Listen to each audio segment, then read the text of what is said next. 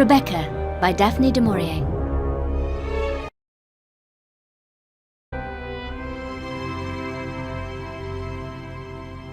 Introduction.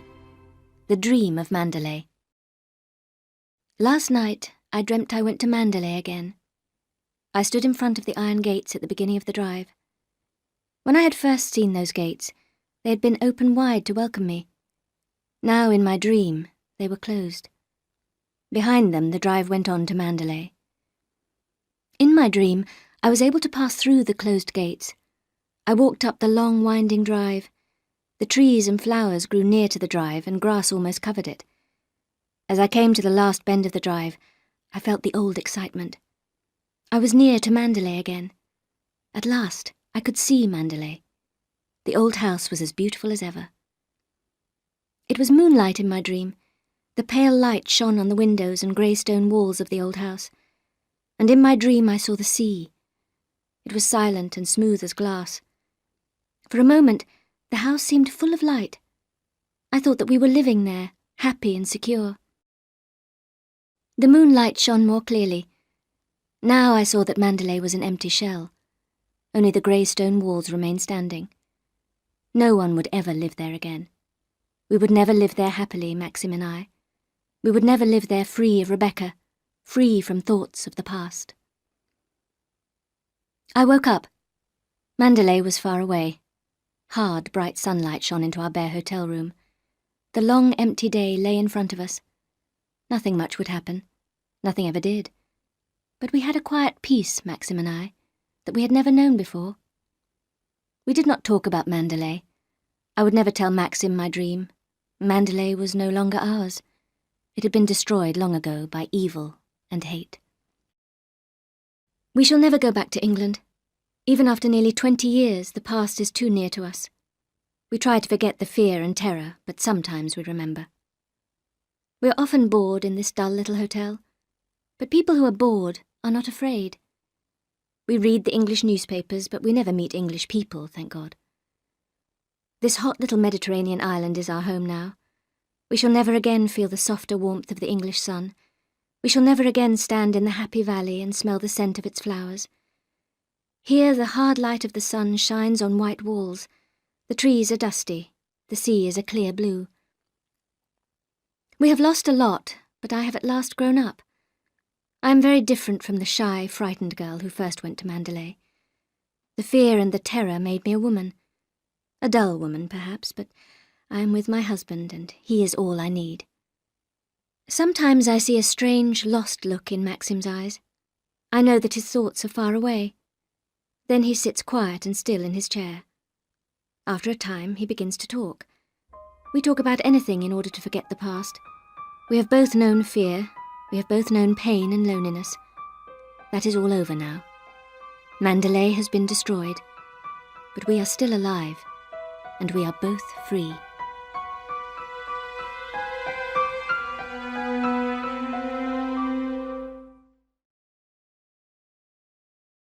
Chapter 1. I Meet Maxim de Winter. What would I be today if I had not gone to Monte Carlo with Mrs. Van Hopper? I would have lived another life. I would have become a different person. Mrs. Van Hopper was not a pleasant woman. She loved to meet people who were rich and famous. Every summer, Mrs. Van Hopper stayed at the Hotel Côte d'Azur, the biggest and most expensive hotel in Monte Carlo. Here, Mrs. Van Hopper found out which well-known people were staying in the town. She always found an excuse to speak to them. Then, pretending to know them well, she asked her victims rude questions in her loud American voice. I was young and shy. I hated my life with Mrs. Van Hopper, but she paid me a little money to be her companion. I was not exactly a servant, and certainly not a friend. We must have looked a strange pair as we walked into the hotel restaurant that day. Mrs. Van Hopper walked in front of me on her high-heeled shoes. Her fat, heavy body swayed above her short, fat legs. I followed slowly, my eyes looking down at the floor. With my straight hair and badly fitting clothes, I looked like an awkward schoolgirl. Mrs. Van Hopper sat down at her usual table and stared at everyone in the restaurant. "There isn't one well-known person here," she said in her loud voice. "There's no one I want to talk to." Mrs. Van Hopper was very greedy. She ordered a large lunch for herself. Soon she was eating a large plateful of spaghetti. We ate in silence. The rich sauce ran down Mrs. Van Hopper's chin. I looked away. Then I saw that a new guest was sitting down at the next table. Mrs. Van Hopper saw him too. She put down her fork and stared at him hard. I saw an excited look come into her small eyes. "It's Max de Winter," she said to me. "The man who owns Manderley. Oh, you must have heard of it. A beautiful old house in the west of England. He looks ill, doesn't he? His wife died suddenly last year. They say he's broken-hearted." I felt sorry for de Winter already. He was Mrs. Van Hopper's next victim. She finished her meal as quickly as possible. I knew what she was going to do. There was a long seat in the hotel lounge with a low table in front of it. The seat was between the restaurant and the main door of the hotel. Everyone who left the restaurant had to walk past this seat. "I'll take my coffee in the lounge," Mrs. Van Hopper told the waiter. "Straight away." She turned to me, her eyes shining. "Go upstairs and find the letter from my nephew, Billy. Bring it to me in the lounge and the photographs, too. Billy met Max de Winter in London. Be quick." I went up to Mrs. Van Hopper's rooms as slowly as I could. I hoped that de Winter would get away before I returned. When I came back with the letter, Mrs. Van Hopper was already on the seat in the lounge. De Winter was sitting next to her. He was a dark-haired, handsome man. His face was pale and his dark eyes had a sad, lost look. De Winter stood up politely as I gave Mrs. Van Hopper her letter. "Mr. de Winter is having coffee with us. Go and ask the waiter for another cup," Mrs. Van Hopper told me. "No, you are my guests," said de Winter. He called the waiter. In a moment, de Winter was sitting on a small chair, and I was next to Mrs. Van Hopper on the long seat. "I recognized you at once," Mrs. Van Hopper said. "I met you at my nephew's party in London. But I don't suppose you remember an old woman like me." And Mrs. Van Hopper gave de Winter one of her biggest smiles. "You are wrong. I could never forget you," said de Winter in a cold, hard voice. "Billy's on holiday now," Mrs. Van Hopper went on. "He loves traveling, but if he had a home like Manderley, he would never leave it. People say that Manderley is one of the most beautiful houses in England. I wonder what you're doing here in Monte Carlo." For a few moments there was silence. Then de Winter spoke. "Manderley was looking very lovely when I came away." There was another silence. De Winter had not answered Mrs. Van Hopper's question. She was not silent for long, of course. She started to tell de Winter all the unpleasant gossip of Monte Carlo. After his moment of rudeness, de Winter listened to her politely. I looked down at the floor and tried not to hear Mrs. Van Hopper's loud voice. At last she had to stop. A waiter came up to her with a message. Mrs. Van Hopper's dressmaker was waiting for her upstairs. De Winter stood up at once. "You mustn't keep your dressmaker waiting," he said. Mrs. Van Hopper smiled. "You must have a drink with me," she said. "Why not tomorrow evening? I'm having a few friends." "I'm sorry," de Winter said quickly. "I shall be away all day tomorrow. If you will excuse me." He turned and walked out of the lounge. "What a strange man Max de Winter is," said Mrs. Van Hopper when we were standing in the lift. "He left so suddenly. But he is certainly an attractive man. By the way, dear, you were rather rude to him. You must look at people when they're speaking. You're not a child, you know." Mrs. Van Hopper was soon busy with her dressmaker. I sat on a window seat, looking at the bright day outside. I could not go out. Some of Mrs. Van Hopper's friends were coming to tea. They were fat, rude women like herself. My job was to talk to them, light their cigarettes, and tidy the room after they had gone. There was a knock on the door. A waiter came in with a note in his hand. "Madame is in the bedroom," I told him. But the note was for me. There were a few words in an unknown handwriting. "Forgive me. I was very rude after lunch." The note was not signed, but I knew it was from de Winter. "Is there an answer?" the waiter asked me. I looked up. No answer," I said. After the waiter had gone, I put the note in my pocket. Mrs. Van Hopper called me from her bedroom. I got up slowly, thinking about de Winter and about Manderley.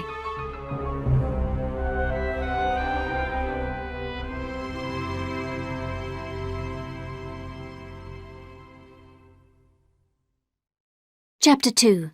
A Day Out Together. The following day, Mrs. Van Hopper woke up with a sore throat and a high temperature. I rang up her doctor and he came round at once. "You have flu, madame," the doctor told her. "You won't get better unless you stay quietly in bed. Your heart isn't strong. You'll need a nurse to look after you. You must stay in bed for a week or two." "I'm sure I could look after Mrs. Van Hopper," I said. But the doctor said no. To my surprise, Mrs. Van Hopper agreed with him. Monte Carlo had begun to bore her. She would enjoy staying in bed. She would enjoy giving orders to the nurse as well as to me. The nurse soon arrived, and I was no longer wanted. I went down to the restaurant by myself. I was glad to be alone. It was half an hour before our usual lunchtime. The restaurant was almost empty. I went to our usual table. Then I saw that De Winter was already at his table. It was too late for me to go back. I sat down awkwardly, trying not to look at him. As I picked up the menu, I knocked over the flowers on the table. The water went all over the cloth and ran down onto my skirt. The waiter was at the other end of the restaurant and saw nothing. In a moment, De Winter was standing by my chair. "You can't sit here now," he said. He called to the waiter who came up at once. "Lay another place at my table," De Winter said. "This lady is lunching with me." "Oh, no," I said. "I couldn't." "Why not?" he said. "I want you to have lunch with me. I was going to ask you anyway. Come and sit down. You needn't talk if you don't want to." We ordered our food and sat for a time in a pleasant, easy silence. "What's happened to your friend?" De Winter asked me. I told him about Mrs. Van Hopper's illness. "I'm sorry," he said politely. "You got my note, I suppose. It's very kind of you to lunch with me after my rudeness." "You were not rude," I said. "At least, she did not think you were. She is always so curious about anyone important." "Important? Why does she think that I'm important?" De Winter asked. "I think it's because of Mandalay," I said. He did not answer. I felt that he did not want to talk about his home. "Your friend is very different from you," he said at last. "And she's much older than you, too. Is she a relation?" "Mrs. Van Hopper is not my friend," I said. "I work for her. I have to. I need the money. I have no family, and there is nothing else I can do." De Winter asked me more questions about myself. I forgot my shyness. I told him about my father, who had been a painter. I talked about my mother and her great love for my father. When my father had died very suddenly, my mother had lived only a few weeks after him. I suddenly realized that we had been sitting at the table for more than an hour. I began to apologize. "But I've enjoyed this hour so much," De Winter said. "We are alike in some ways. We are both alone in the world. I have a sister, but that's all." "You forget," I told him, "that you have a home, and I have none." "An empty house, even a very beautiful one, can be lonely," De Winter said. I thought for a moment that he was going to tell me about Mandalay, but instead he said, "Well, I suppose you have a holiday this afternoon. What are you going to do?" I told him that I was going to do some sketching.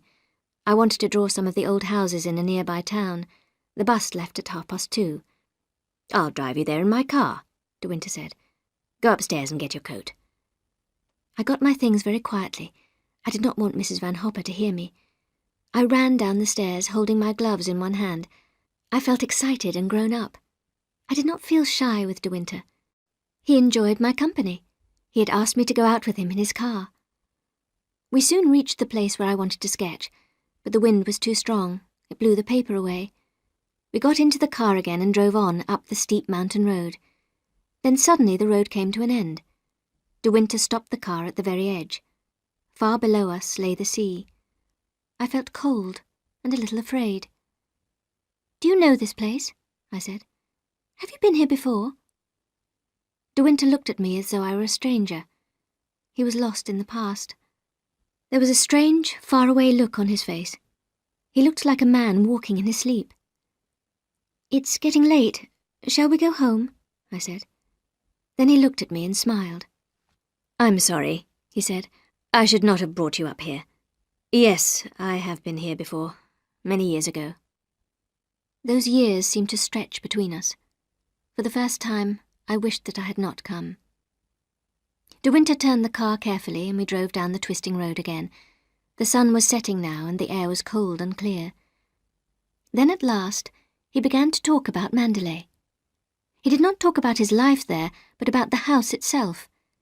He told me about the gardens and the flowers in the woods. He told me about the sea. It was so near that the sound of its waters could always be heard from the house. He told me about a little secret valley close to the sea. This little valley, hidden away from the world, was full of the scent of flowers.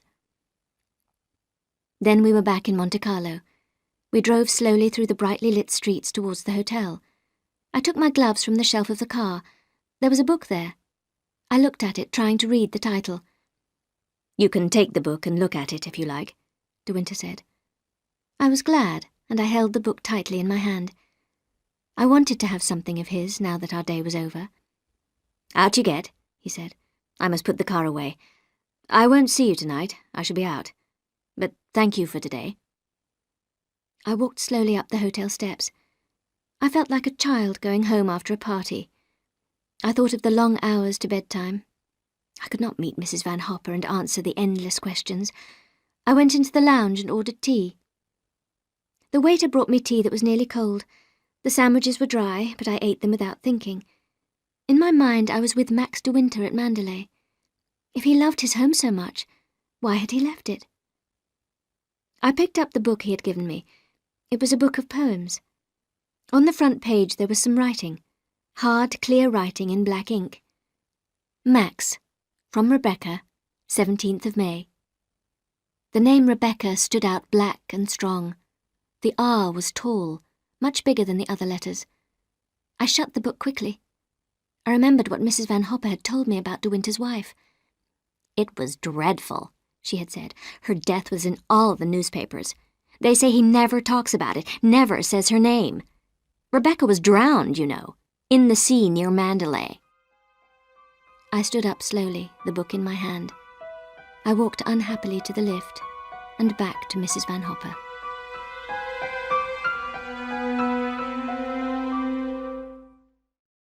Chapter 3.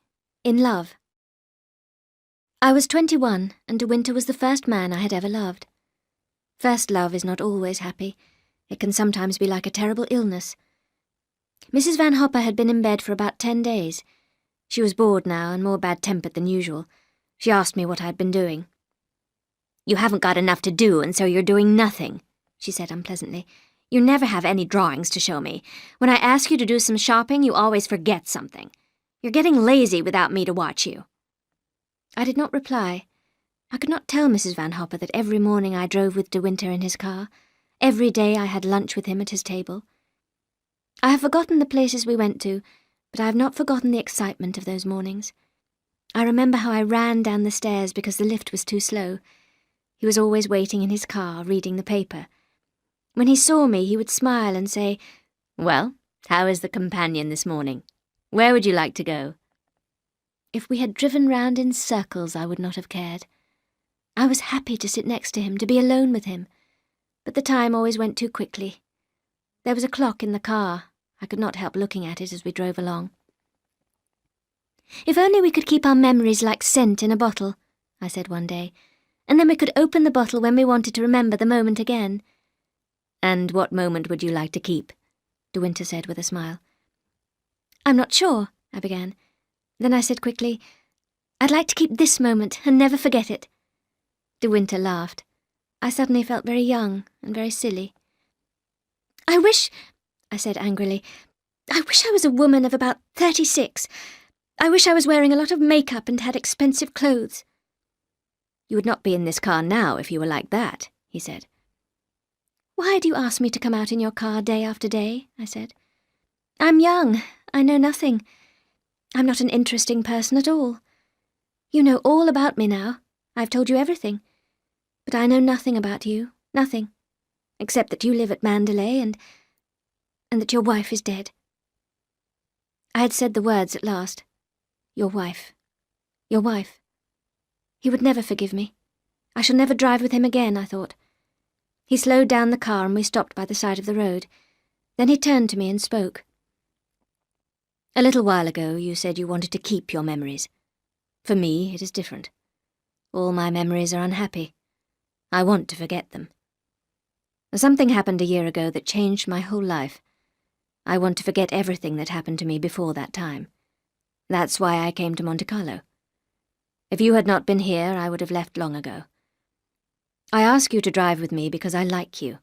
I enjoy your company. If you don't believe me, you can get out of the car now." I sat very still. I could not speak. I could feel the tears coming into my eyes. "I want to go home now," I said. Without a word, he started the car and we drove on. The tears began to run down my cheeks. Suddenly De Winter took my hand and kissed it. Then he gave me his handkerchief. I wiped my red eyes. I had never felt more alone. "To hell with this," he said, and put his arm round my shoulders. "You are so young, I don't know how to speak to you. Forget everything I told you. Let's start again. My family always call me Maxim. I'd like you to call me that too." I smiled then, and he laughed back at me. The morning was happy again. The afternoon with Mrs. Van Hopper did not matter. I could look forward to tomorrow morning and the morning after. I could call him Maxim. He had kissed me. I had to play cards with Mrs. Van Hopper that afternoon, but I was still happy. When we had finished our game, Mrs. Van Hopper said, "Tell me, is Max de Winter still in the hotel?" Yes, I think so. He comes into the restaurant sometimes," I said. Someone has told her, I thought. Someone has seen us together. I waited for her to ask more questions, but she did not. "He's an attractive man," she said, "but not easy to know. I never saw his wife. People say she was very lovely. She was clever, too, and always beautifully dressed, of course. Her death was very sudden. Everyone says he adored her." I did not answer. I was thinking about Rebecca, beautiful and clever. People could not forget her. Somehow she and her beauty had not died. In my bedroom was a book that Rebecca had held in her hands. His family called him Maxim. Rebecca had called him Max. I thought of the writing on that page. It was bold and full of life. Rebecca was all the things that I would never be. I thought of all the letters Rebecca had written to her husband. They must have been full of the life they had shared. I thought I could hear her voice calling him. She called him Max. It was her special name for him. And I had to call him Maxim.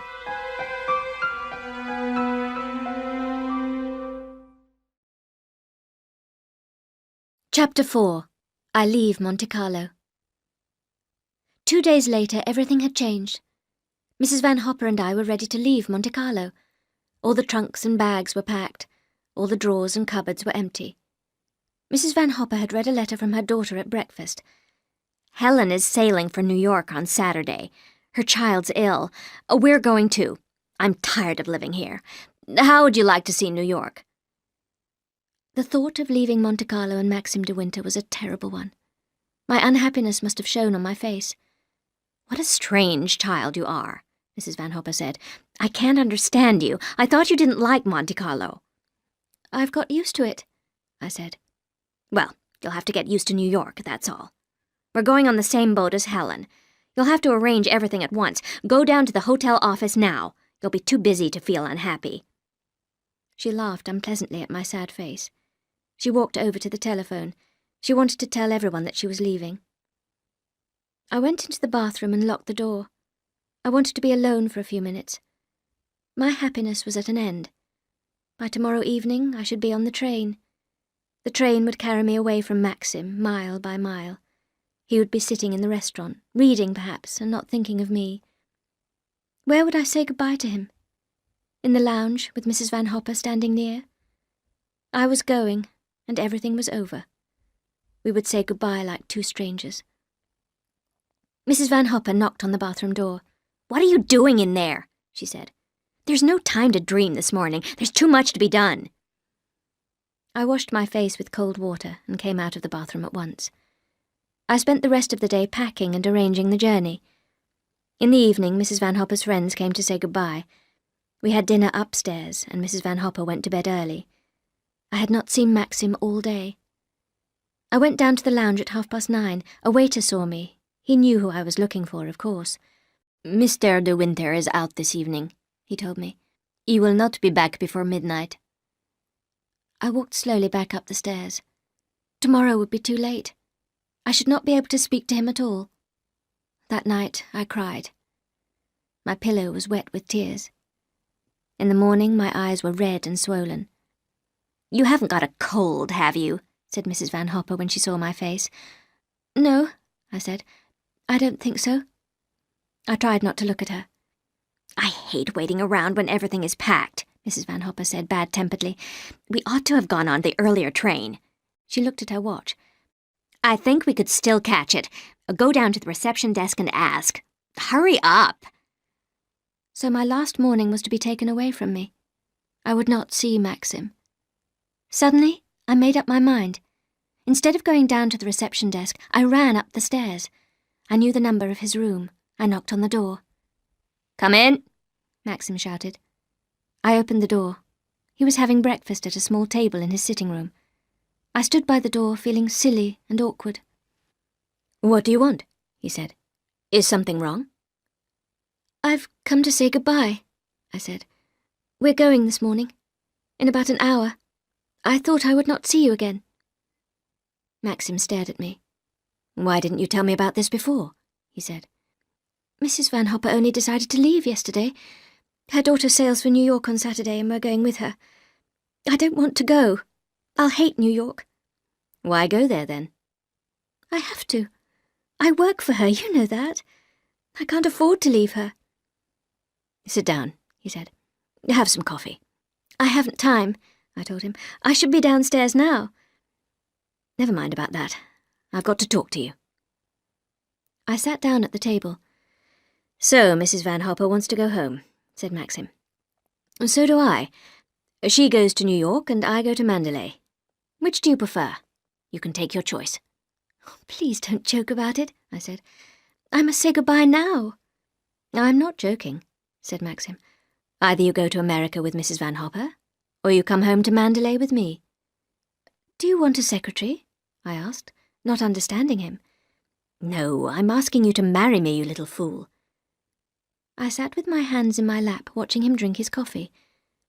"You can't marry me," I said at last. "I'm different from you. I don't belong to your kind of world. I don't belong to a place like Mandalay." "What do you know about Mandalay?" Maxim said. "I want you to marry me. Are you going to?" I sat there staring at him. I could not think clearly. "The idea doesn't seem to please you," Maxim said. "I'm sorry.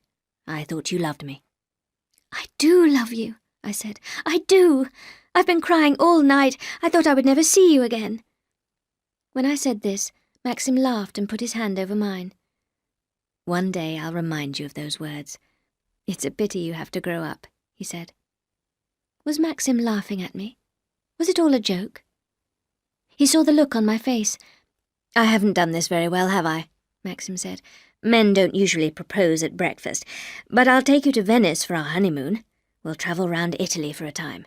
Then in the spring we'll go back to Mandalay. I want to show you Mandalay so much." Maxim wanted to show me Mandalay. Suddenly I believed everything. I would be Maxim's wife. We would walk in the gardens of Mandalay together. We would walk through that hidden valley to the sea.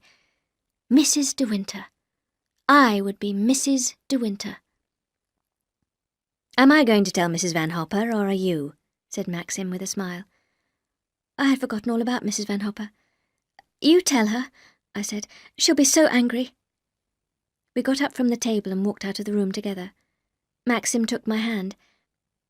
"I'm 42, he said. "That must seem very old to you." "Oh, no," I said. "I don't like young men." I was still afraid that Maxim would change his mind. We came to the door of Mrs. Van Hopper's rooms. "I think I'll talk to her alone," Maxim said. "I'll tell her we are getting married very soon. We'll have a quiet wedding. Everything can be arranged in a few days." "Of course," I said. "I don't want a lot of fuss." I opened the door. "Is that you?" called Mrs. Van Hopper. "Where have you been? What have you been doing all this time?"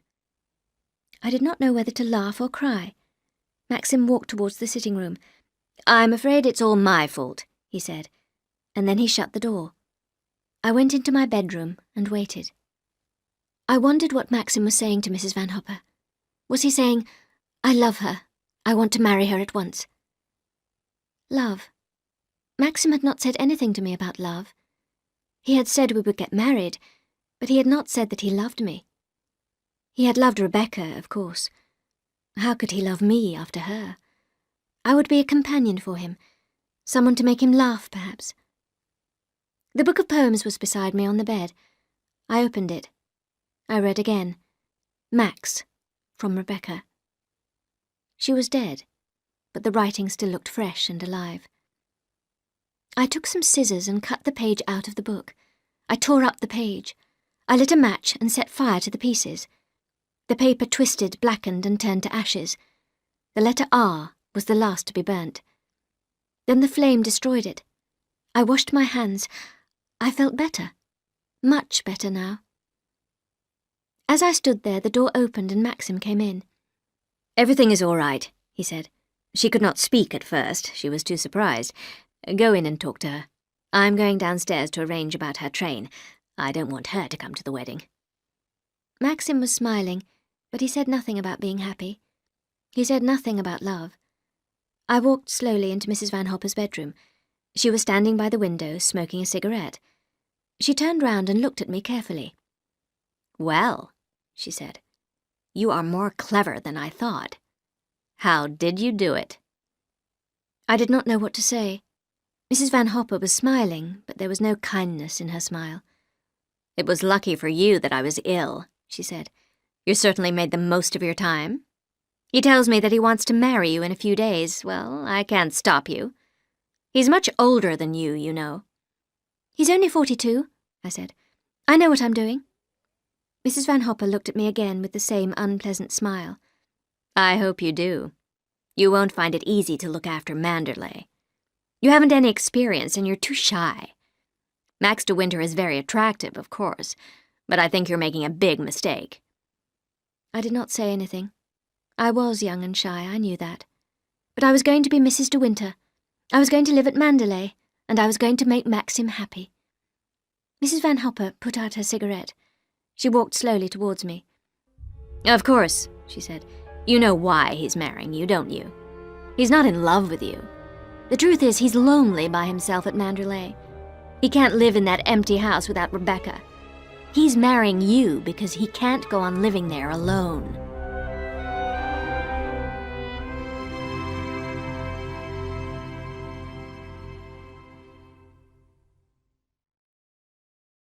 Chapter 5.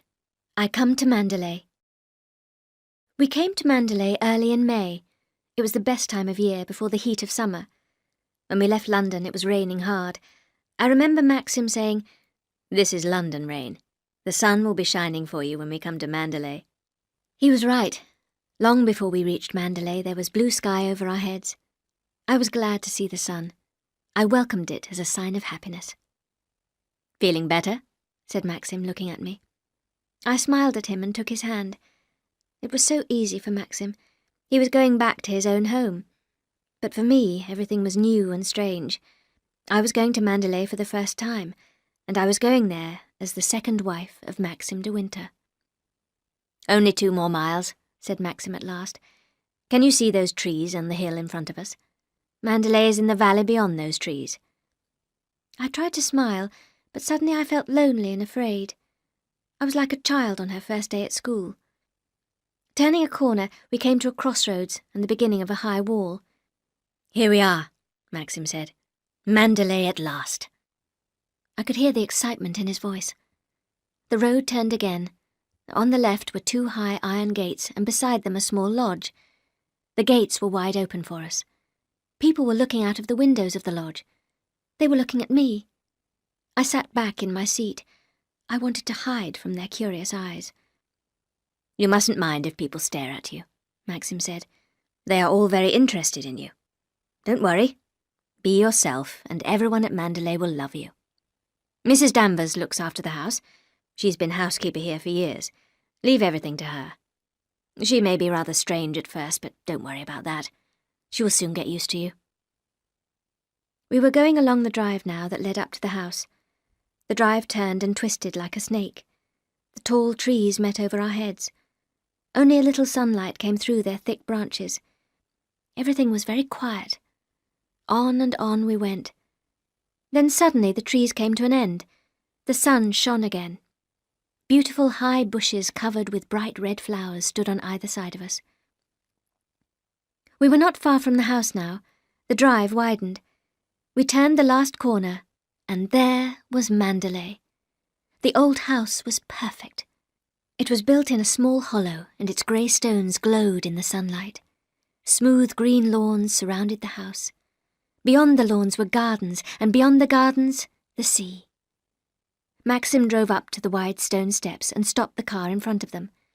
At the top of the steps, a big door stood wide open. I saw that the hall beyond was full of people. I could see their faces all turned towards us. I was suddenly shy and afraid again. "What's the matter?" I said. "Who are all those people?" "I'm sorry," Maxim said. "This must be Mrs. Danvers' idea. Everyone who works at Mandalay is here. Don't look so frightened. You won't have to say anything. I'll do it all." An old man with a kind face came down the steps. "Well, here we are, Frith," said Maxim. "Everyone well?" "Yes, thank you, sir," said Frith. "We are all very glad to see you at home again. We hope you're well. And Madam, too, of course." "Yes, we are both well, thank you, Frith. But we're tired from the drive and we want our tea. I didn't expect all these people." "Mrs. Danvers' orders, sir," said Frith. "I thought so," Maxim said. "Come on," he said to me. "It won't take long, and then you can have your tea in peace." We went together up the wide stone steps. Inside the open door, the servants stood in 2 lines. A tall, thin woman, dressed in black, came towards us.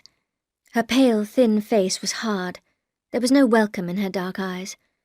The hand she placed in mine was cold and heavy, like something dead. "This is Mrs. Danvers, our housekeeper," said Maxim. The woman began to speak in a cold, lifeless voice. I remember nothing of what she said. I suppose she was welcoming me to Mandalay. As I thanked her, Mrs. Danvers looked at me with her hard, dark eyes. I dropped my gloves on the floor, and Mrs. Danvers picked them up with a twisted little smile on her lips. She could see that I was awkward and shy, and a little afraid of my new life at Mandalay. Maxim noticed nothing. He thanked Mrs. Danvers quickly and took me into the library for tea. We were alone at last. A dog ran up from the fireside to greet us. He went first to Maxim, and then sat down beside me. I was glad of the dog's friendly welcome. The library was a large, comfortable room. Its walls were covered with books from the floor to the ceiling. Comfortable chairs stood on either side of a great open fireplace.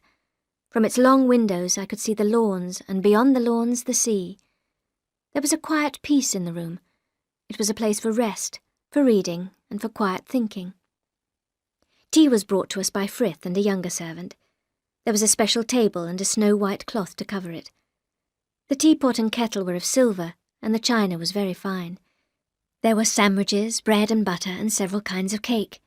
There was far too much food for 2 people, but this was the tea served at Mandalay every day. Maxim sat in a chair by the fire reading the letters that had been waiting for him. Now and again he looked up at me and smiled. I leant back in my chair, drinking my tea and trying to feel at home. It was true. Mandalay was my home now. My home and Maxim's. But somehow I still could not believe it. My thoughts were interrupted by the opening of the door. It was Frith. "Excuse me, madam," he said. "Mrs. Danvers asked if you would like to see your room." Maxim looked up from his letters. "What do the rooms in the east wing look like now?" he said. "Very nice indeed, sir," Frith replied. "I think you will be very comfortable there." "Have you been making changes?" I asked. "Oh, nothing much," said Maxim. "They've been getting the rooms in the east wing ready for us. There's a lovely view of the rose garden from there. You go and make friends with Mrs. Danvers. I'll come up later." I got up slowly and went out with Frith into the hall. I did not want to be alone with Mrs. Danvers. The hall seemed very big, and my footsteps sounded very loud on the stone floor. Mrs. Danvers was standing at the top of the wide flight of stairs. Her dark eyes watched me as I walked slowly up the stairs towards her. "I hope I haven't kept you waiting," I said. "It is my duty to wait for you, madam," Mrs. Danvers said. "I'm here to carry out your orders." She led me along a wide passage. We passed through doors and up and down wide stairs. At last Mrs. Danvers opened a door leading into a small room. This room led into a large, light bedroom with wide windows. I went at once to a window and looked out. The rose garden lay below me. Beyond the rose garden, the smooth grass stretched to the woods. "You can't see the sea from here," I said, turning to Mrs. Danvers. "No, not from this wing," she answered. "And you can't hear it either. You would never know the sea was so near." Mrs. Danvers spoke in a strange way, as though this was somehow important to her. "I'm sorry about that. I like the sea," I said. "But this is a very charming room. I'm sure I shall be comfortable here." Mr. De Winter gave very careful orders in his letter about this room. The rooms here have been specially arranged for you. Then this was not his bedroom before? Oh, no, madam. He has never used this room. There was silence. I did not know what to say. I wished Mrs. Danvers would go away. "I suppose you have been at Mandalay for many years," I said. "Yes, madam. I came here when the first Mrs. De Winter was a bride." Her voice was suddenly harsh. There was some colour in her pale face now, and for a moment I saw a look of hatred in her eyes.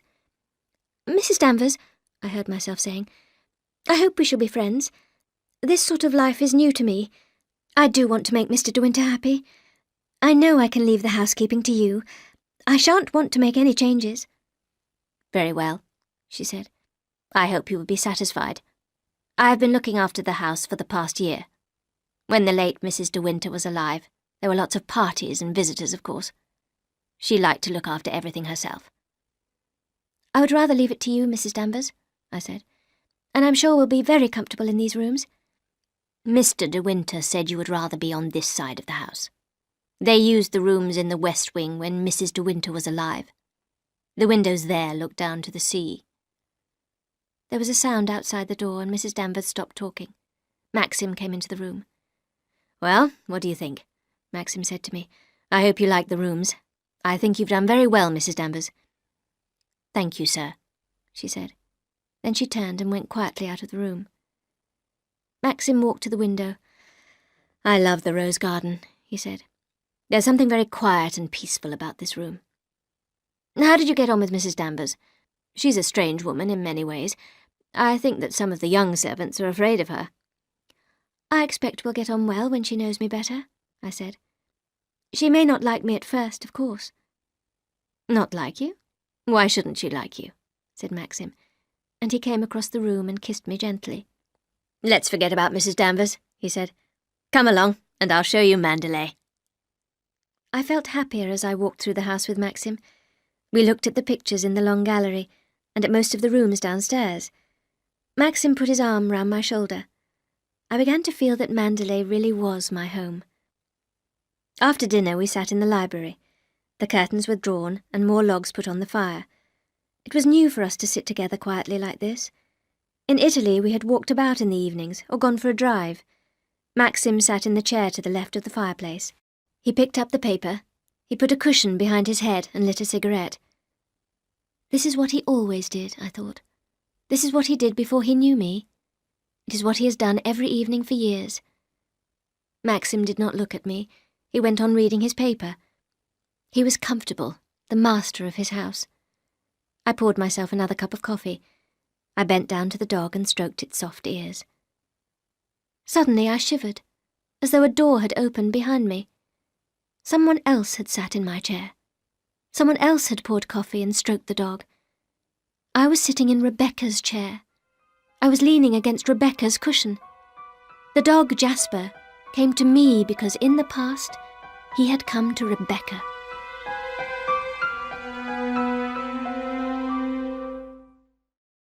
Chapter 6. In the Morning Room. Life at Mandalay was very carefully planned. The same things happened at the same time every day. I remember our first morning there very clearly. I had slept well and came downstairs a little after 9 o'clock. To my surprise, I found that Maxim had nearly finished his breakfast. Maxim looked up at me and smiled. "I always get up early here," he said. "Looking after Mandalay takes a lot of my time. I work very hard. But you don't have to.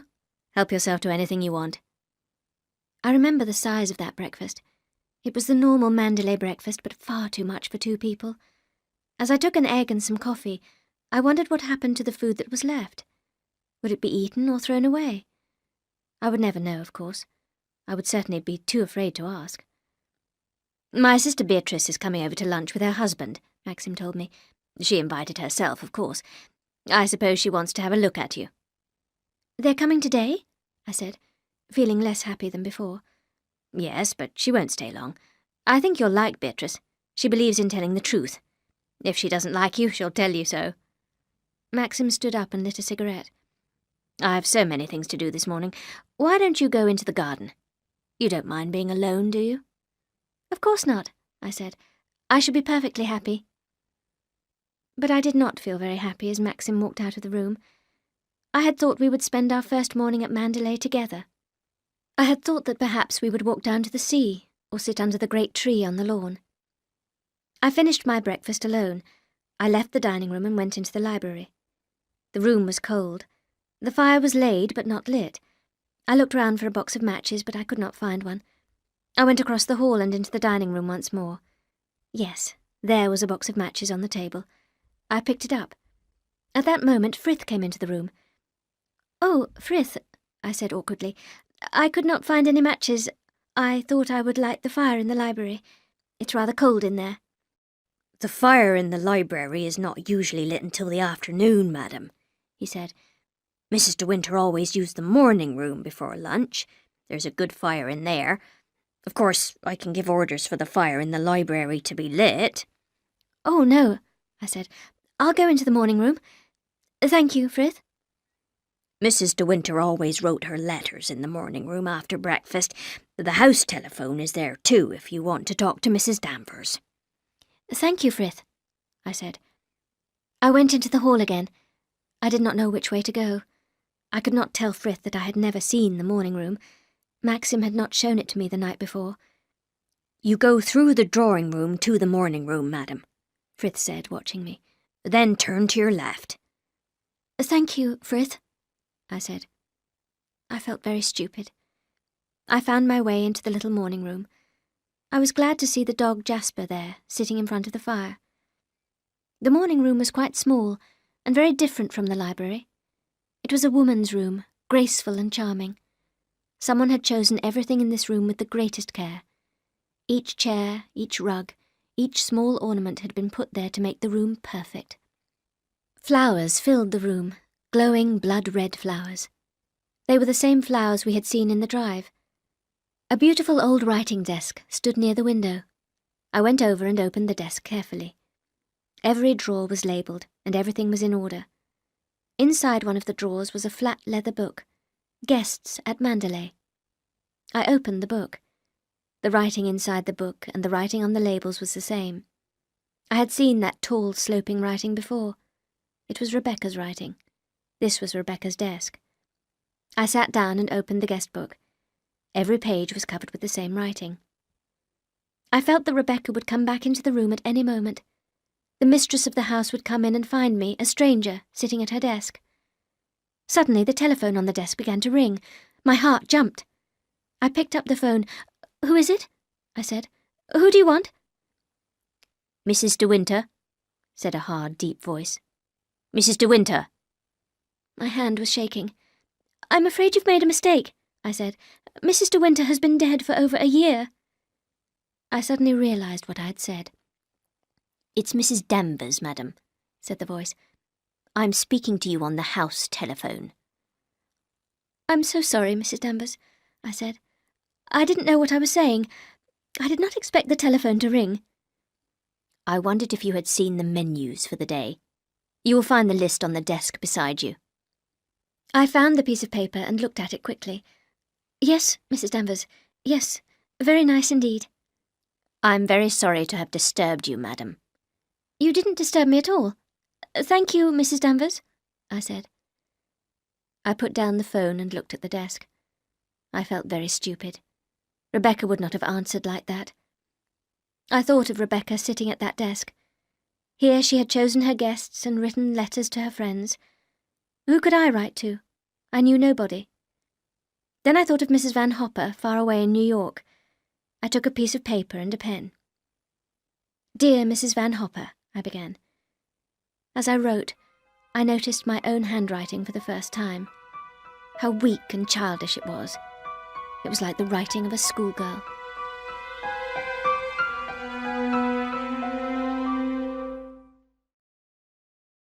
Chapter 7.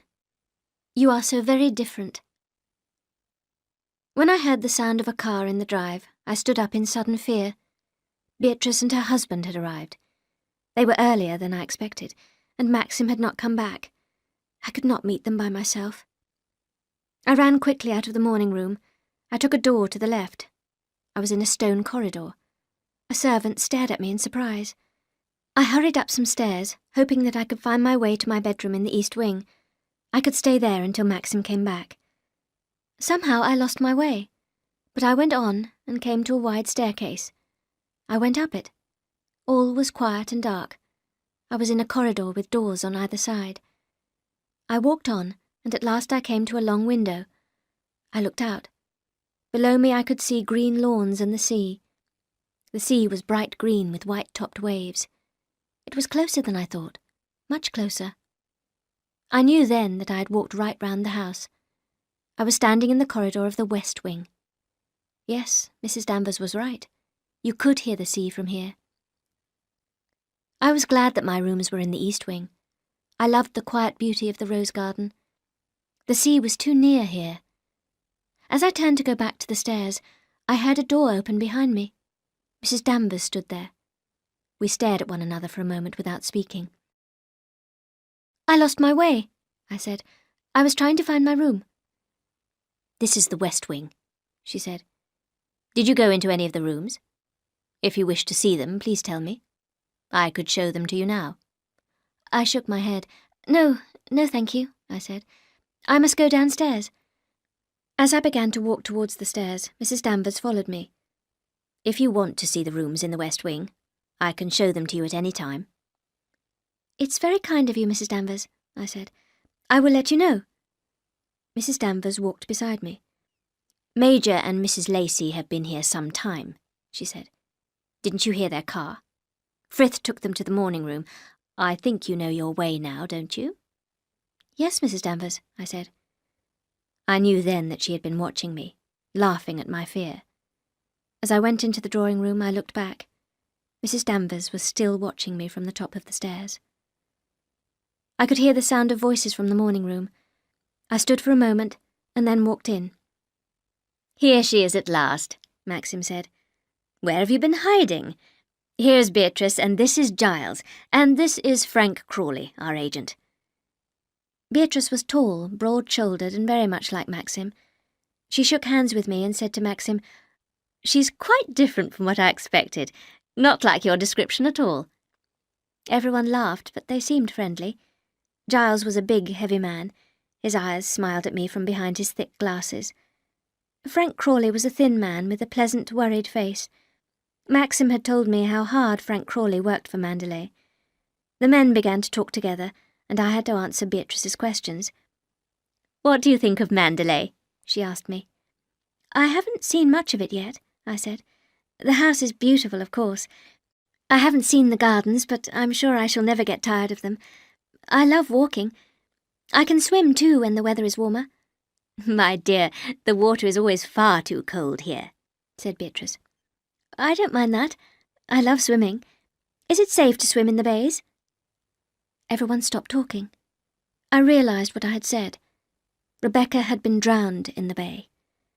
I could not look at Maxim. I bent down to stroke the dog's head. Then, thank God, Frith came in to say that lunch was ready. Beatrice walked with me through the hall. "You know," she said, "you're much younger than I expected. Tell me, do you love Maxim very much?" Beatrice looked at my surprised face and laughed. "Don't answer," she said. "I can see that you do. Maxim looks very well. We were all very worried about him last year, but of course you know the whole story." But Beatrice was wrong. I did not know what had happened down in the bay. Maxim had told me nothing. I had never asked him about Rebecca's death. Beatrice talked to Maxim all through lunch. Frank Crawley told me a lot about Mandalay. I could see that he loved it as much as Maxim did. When lunch was over, I could see that Maxim was tired. I wished we hadn't had visitors so soon. I took Beatrice out onto the terrace. She asked me how I had met Maxim. I told her about Mrs. Van Hopper and how surprised she had been. It was rather a shock to us, too, Beatrice said. Maxim said in his letter that you were very young and pretty. We expected a very modern sort of girl. Beatrice laughed, and I laughed with her. Poor Maxim. He had a terrible time, Beatrice said. Let's hope you have made him forget all about it. He loves Mandalay so much, but you never know what he is thinking. How do you get on with Mrs. Danvers? I was surprised by Beatrice's question. She frightens me a little, I said. She may try to make things unpleasant for you, Beatrice went on. She's very jealous, of course. She must hate you being here. Why? I asked. Why must she hate me being at Mandalay? My dear child, Beatrice answered slowly. I thought Maxim had told you. Mrs. Danvers adored Rebecca.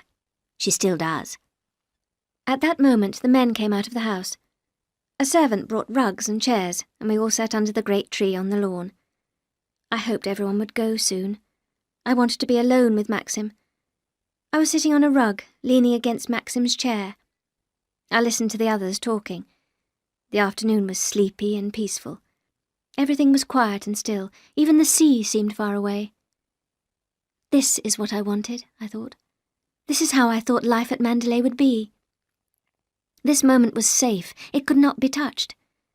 Here we sat together, Maxim and I, hand in hand. The past and the future did not matter at all. At this moment I was not afraid. The moment passed. Beatrice stood up. We must be going, she said. We've got people coming to dinner. We all got up and Giles looked up at the sky. I'm afraid we're going to have some rain, he said. We all walked slowly back to the drive. Beatrice took my hand. Then she bent down and kissed me. Forgive me if I've asked you a lot of rude questions, my dear. As I said before, you're not what we expected.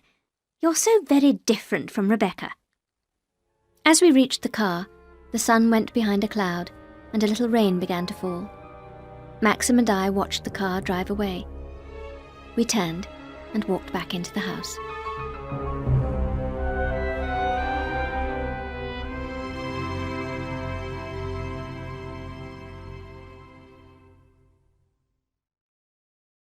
Chapter 8. The Happy Valley. As we stood in the hall, Maxim put his arm around my shoulders. Thank God that's over, he said. Get a coat quickly and let's go out. Never mind the rain, I want to walk. Maxim looked white and ill. Had Beatrice said something to make him angry? I could not remember. Just a moment, I said. I'll get my coat from upstairs. There are plenty of raincoats downstairs, Maxim said. Robert, will you fetch a coat for Mrs. De Winter? Maxim was standing in the drive now, calling to Jasper. Come on, you lazy little fellow, you're too fat. Jasper ran round in circles, barking loudly. The young servant, Robert, ran out of the hall carrying a raincoat. I put it on quickly. It was too big, of course, and too long, but Maxim was waiting impatiently, and there was no time to change the coat. We set off together across the lawns to the woods. Jasper ran on in front. I soon get tired of my family, Maxim said. Beatrice is very kind-hearted, but she always says the wrong thing. I was not sure what Beatrice had said, and I thought it better not to ask. What did you think of Beatrice? Maxim asked me. What did she talk to you about after lunch? I think I did most of the talking, I said.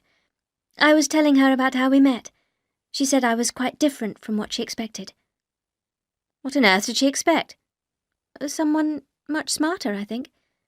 A modern young woman. Maxim did not answer.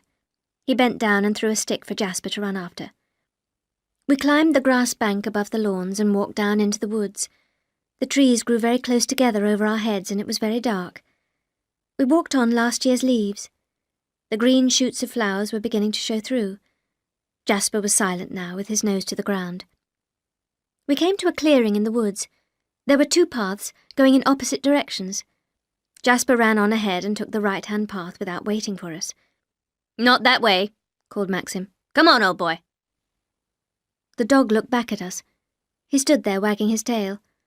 Why does he want to go that way? I asked. I suppose he's used to it, Maxim said quickly. It leads to a small bay where we used to keep a boat. Come on, Jasper, old boy. This way!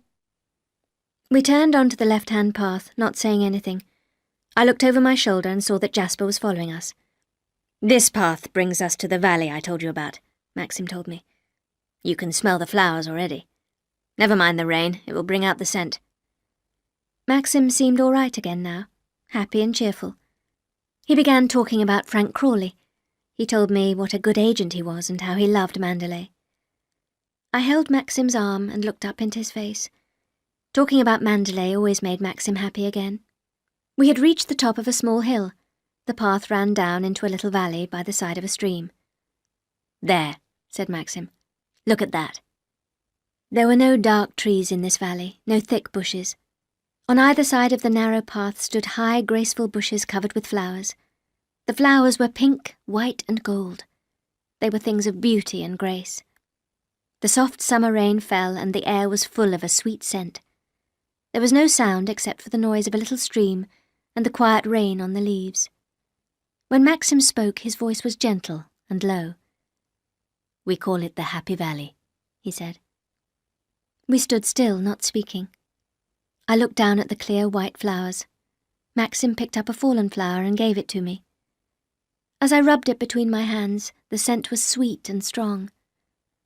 A bird began to sing, a high, clear sound. Other birds began to sing too. I had never been in so beautiful a place. As we walked along the path, drops of rain fell on my hands and face. I held Maxim's hand. The Happy Valley was the heart of Mandalay, the Mandalay I would soon know and love.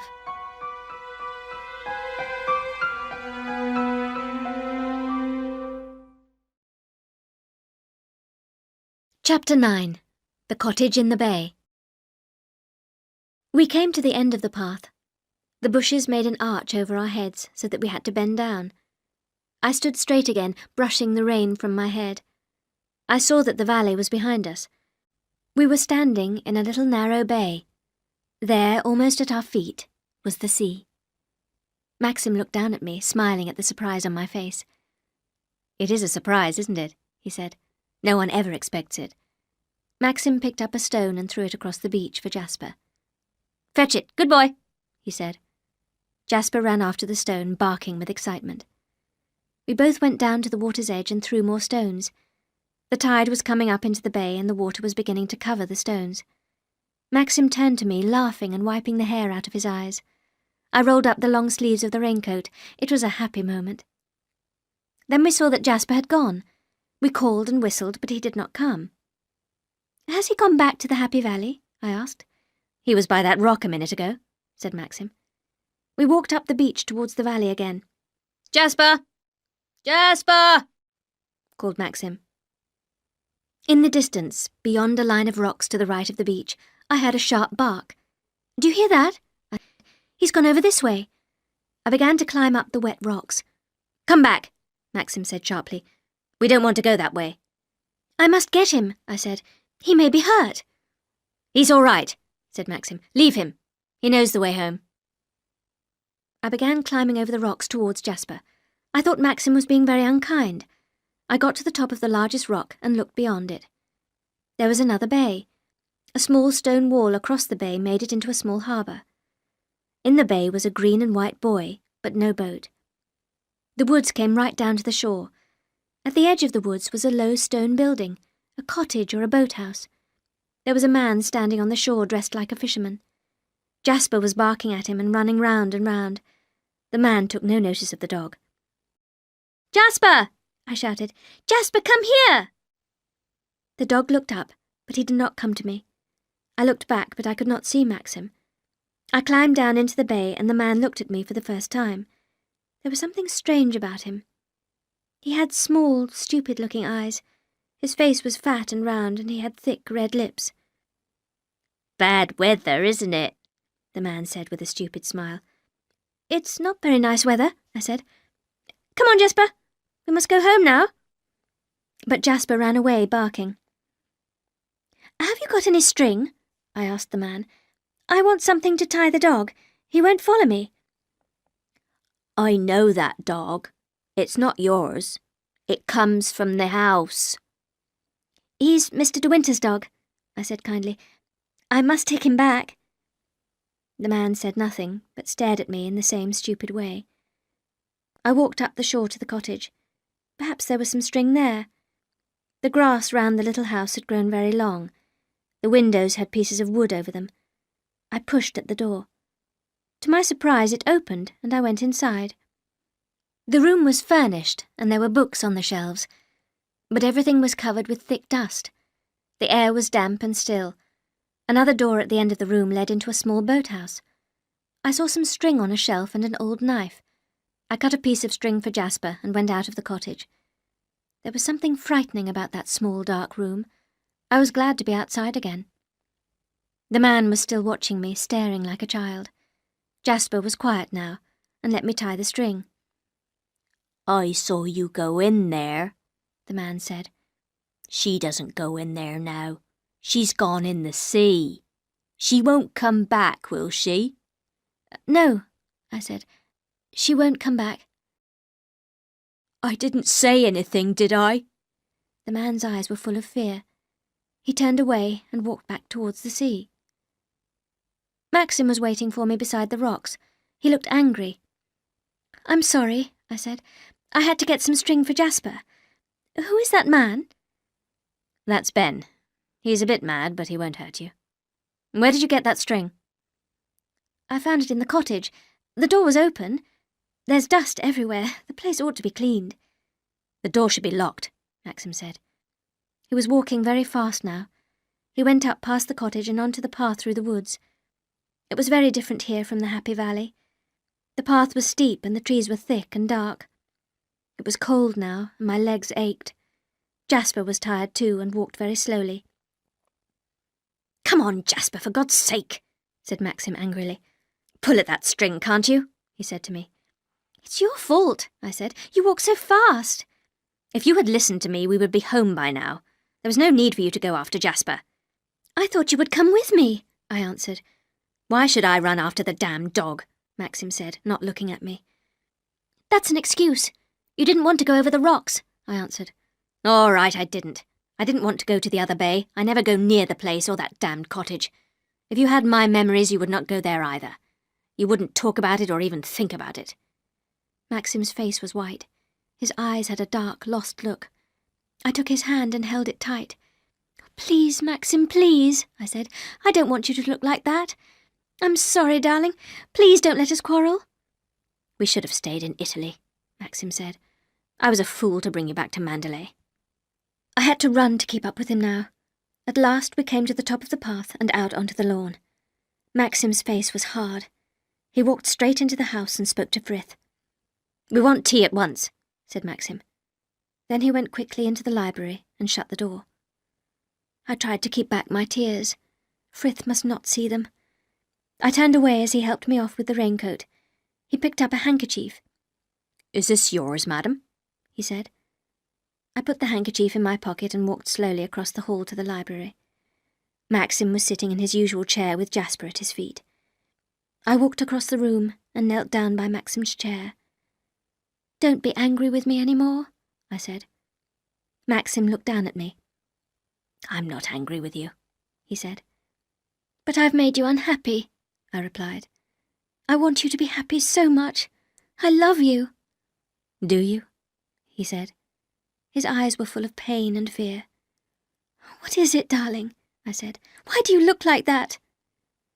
The door opened before Maxim could answer. It was Frith and Robert with the tea. The small table was put near the fire and covered with the white cloth. Frith brought in the silver teapot and kettle. Then came the cups, the sandwiches and cakes. Everything was the same as yesterday. When the servants had gone, I looked at Maxim's face. The colour had come back into it. He took a sandwich. Pour me a cup of tea, darling, he said to me, and forgive me for being so unkind. There was nothing more to say. Maxim smiled at me and picked up his paper. Maxim's smile was like a pat on the head given to Jasper. I was not hungry and I felt very tired. I gave Jasper a piece of cake and took out the handkerchief to wipe my hands. The handkerchief was not mine. It must have come from the raincoat pocket. There were some letters in the corner, a tall R and DW. It was Rebecca's. The raincoat, too wide, too long for me, must have been hers too. Rebecca had worn that raincoat. She had left the handkerchief in the pocket. I could smell a scent I knew. I shut my eyes and tried to remember what it was. Suddenly I knew. The scent on the handkerchief was the scent of the flowers in the Happy Valley. Was there nowhere I could escape from Rebecca?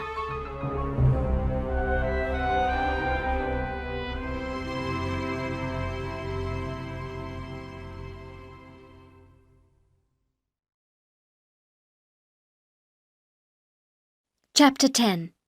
Questions and Answers. The weather was wet and cold for over a week. We did not go down to the beach again. I could see the sea from the terrace and the lawns. It looked cold and grey. When I stood on the terrace, I could hear the sound of great waves on the shore. I began to understand why some people hated the low, angry voice of the sea. I was glad that our rooms were in the east wing. If I could not sleep, I went to the window and looked out onto the rose garden. I was not troubled by the sea's unhappy music. Sometimes I thought about the cottage down in the bay. There were so many questions I wanted to ask Maxim. I could not forget the lost look in Maxim's eyes. I could not forget his words. I was a fool to bring you back to Mandalay. It was all my fault. I had gone down into the bay. I had reminded Maxim of the past. We lived our lives together, sleeping, eating, walking. But every hour of the day, the past made a wall between us. I became nervous and afraid. I did not want anyone to talk about the sea or boats. When visitors came to Mandalay, I was shy and awkward. I knew that they compared me with Rebecca. She had been charming, interested in everyone. I was dull and stupid like a schoolgirl. One afternoon, I was having tea alone when the wife of the bishop called. She was a kind woman and tried hard to make me talk. At last she said, "Will your husband hold the Mandalay fancy dress ball this year? I remember the last one so well. It was such a lovely sight. I shall never forget it." I smiled and said, "We have not decided. There have been so many things to do." I could not tell the woman that Maxim had never spoken about the ball. "Mandalay looked so beautiful," the bishop's wife went on, "and there was dancing and music and flowers everywhere." "Yes," I said. "Yes.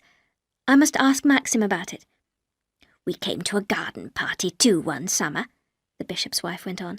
"It was a lovely day. We all had tea in the rose garden. It was such a clever idea. Of course, she was a clever person." She stopped, her face rather red. I heard myself saying, "Rebecca must have been a wonderful person." I had said her name at last.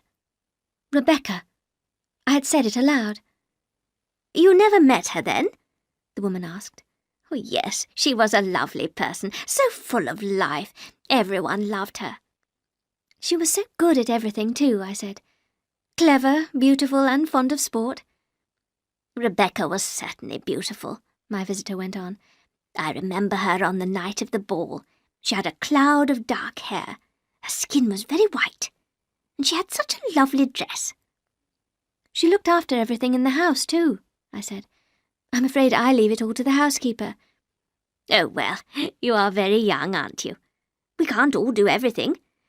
I must go now. Do ask your husband to have another ball."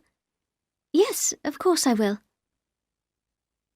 I sat in the library after my visitor had gone.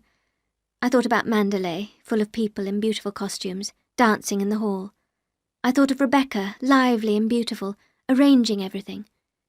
What must people think about me? I suddenly sat up straight. I did not mind. I did not care. I was Mrs. De Winter now, not Rebecca. I decided that I would find out more about the fancy dress ball, but I did not want to ask Maxim. Later that afternoon, Frank Crawley came up to the house. "I've been hearing about the fancy dress ball, Frank," I said. "I did not know you had dances here." Frank did not reply at once. Then he said, "The Mandalay ball was held every year. People came from miles around. They even came down from London." It must have been a lot of work, I said. I suppose Rebecca did most of it. Frank looked straight ahead. We all helped, he said. Will you ask Maxim about the ball? I asked. It does seem a good idea.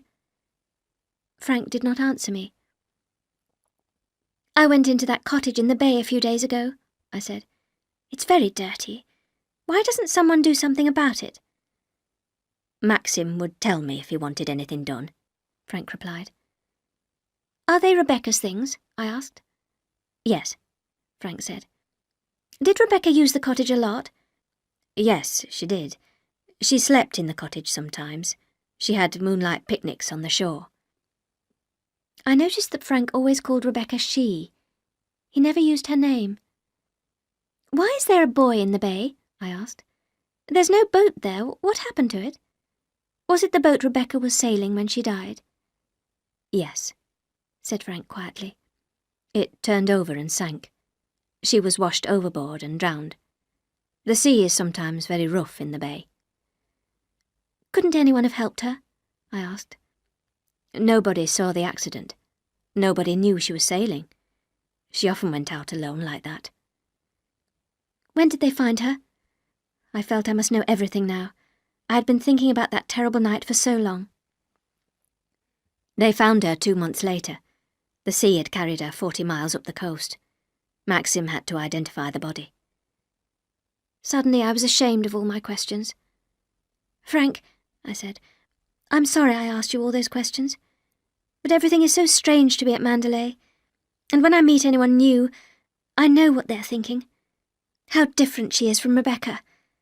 Mrs. De Winter, you mustn't think that, said Frank, looking at me for the first time. I am so glad you have married Maxim. It will make such a difference to his life. And Mandalay needs someone like you, someone young, fresh and charming. But Rebecca was so charming and clever. People still remember her. Maxim will be very unhappy to hear you talking like this, Mrs. De Winter. Forget the past, as Maxim has done. None of us want to bring back the past. Your job here is to lead us away from it. I was much happier now, but I had to ask Frank one more question. Tell me, Frank, I said, was Rebecca very beautiful? Frank turned away from me so that I could not see his face. Yes, he said slowly. Yes, I suppose she was the most beautiful woman I ever saw in my life.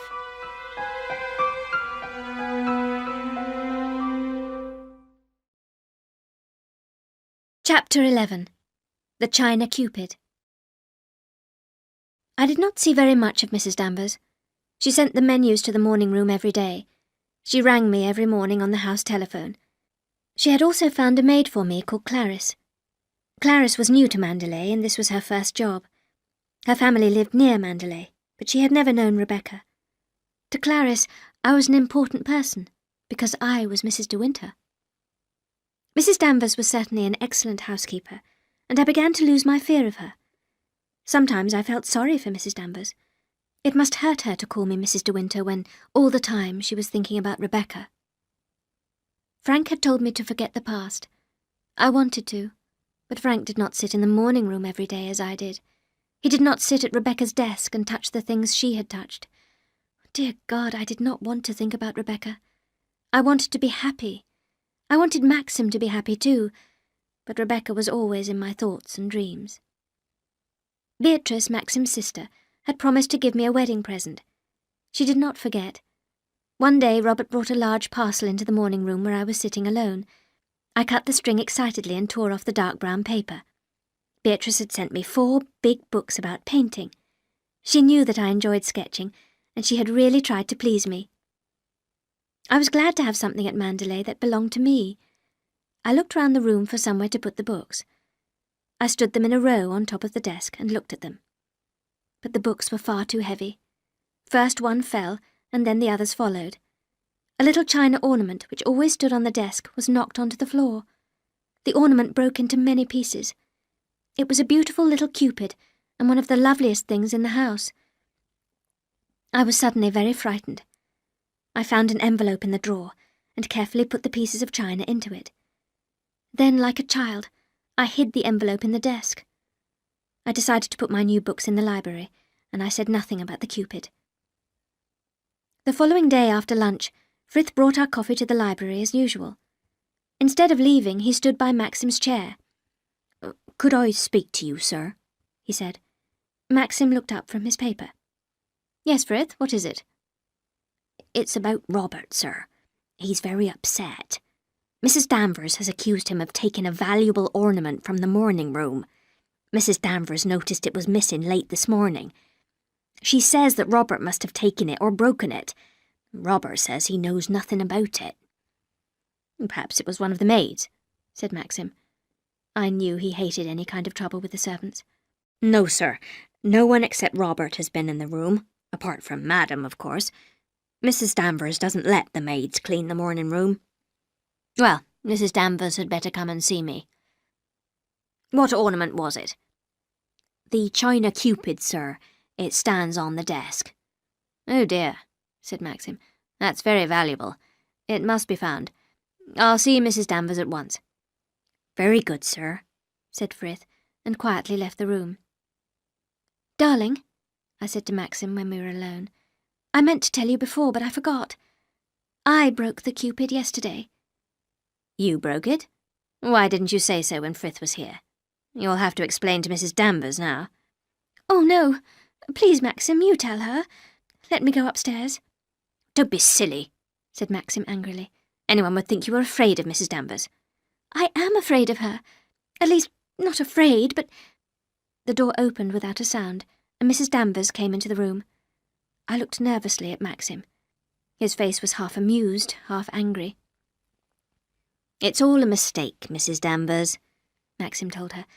"Mrs. De Winter broke the Cupid herself. She forgot to tell us." I felt like a child again. "I'm so sorry," I said. "I never thought Robert would get into trouble." "Is it possible to repair the Cupid, madam?" said Mrs. Danvers. She did not seem surprised. I felt she had known the truth all the time. "I'm afraid not," I said. "It's in hundreds of pieces." "What did you do with the pieces?" said Maxim. "They are in an envelope in a drawer of the writing desk." "Find the pieces, Mrs. Danvers. Try to get them mended in London." "I never thought that Mrs. De Winter had broken the ornament," said Mrs. Danvers. As she left the room, I could see the scorn and hatred in her eyes. "I'm very sorry, darling," I said. "It was very silly and careless of me." "Forget it," said Maxim. "But you do act strangely sometimes. More like a servant than the mistress of Mandalay. Even when we have visitors, you sit on the edge of your chair and say only yes and no." "I can't help being shy." "I know you can't, darling. But you must learn to hide it." "I do try, but I'm not used to this kind of life. People look at me and ask me so many questions." "What does it matter?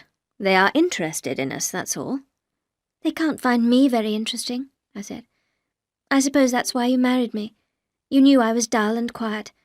No one would ever gossip about me." Maxim threw his paper on the ground and got up from his chair. His face was dark with anger and his voice was hard. "What do you know about any gossip down here?" he said. "Who's been talking to you?" "No one. No one at all." Maxim stared at me.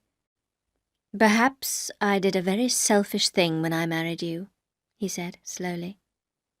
"I'm so much older than you." I felt cold and frightened. "Age doesn't matter," I said. "I'm happy. You know I love you more than anything else in the world. I love Mandalay too. I love everything here. You're happy too, darling, aren't you?" Maxim did not answer. He stood staring out of the window. "If you don't think we're happy, you must tell me," I went on. "I don't want you to lie to me." Maxim took my face in his hands. "How can I answer you?" he said. "If you are happy, then we are both happy." He kissed me and walked across the room. "But you are disappointed in me. You think I'm not right for Mandalay. If only I hadn't broken that Cupid. Was it very valuable?" "I think so," Maxim answered. "It was a wedding present. Rebecca knew a lot about China." Maxim went on staring straight in front of him. He is thinking about Rebecca, I said to myself. I have broken one of their wedding presents. Maxim went back to his chair and picked up his paper. I sat on the long seat under the window. After a time, Jasper came to me and climbed onto my lap.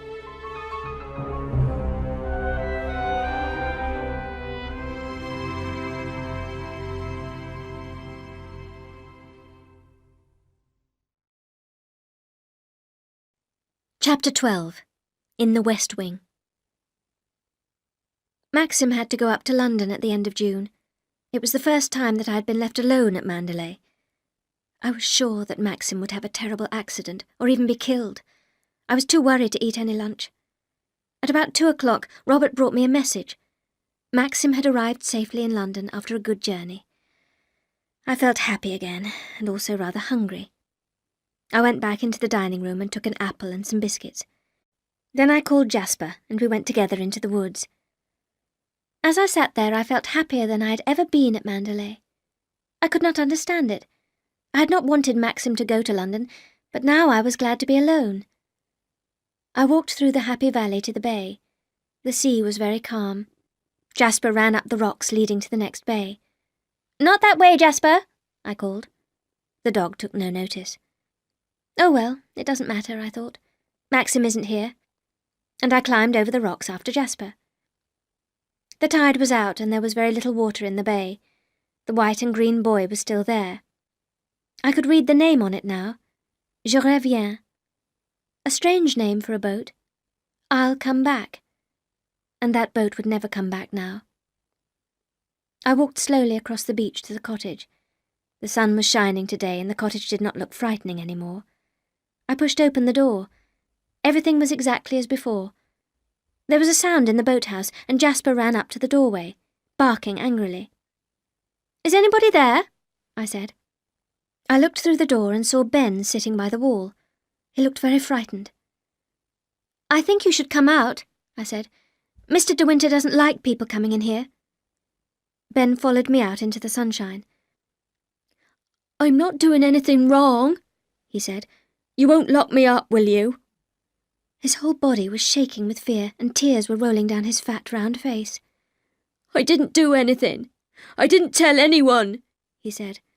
"That's all right, Ben. No one's going to hurt you. But don't go into the cottage again." Ben smiled. "You're not like the other one," he said. "She was tall and dark. She had eyes like a snake. She came here at night. She saw me once looking at her. 'You'll be locked up, people will hurt you,' she said. 'But you won't lock me up, will you?' "No, of course not, Ben," I said. Ben smiled again and went off down the beach to the sea. I went up towards the wood. Jasper followed me. When I looked back, Ben had gone, but I had a strange feeling that someone was watching me. Someone tall and dark, who watched and listened.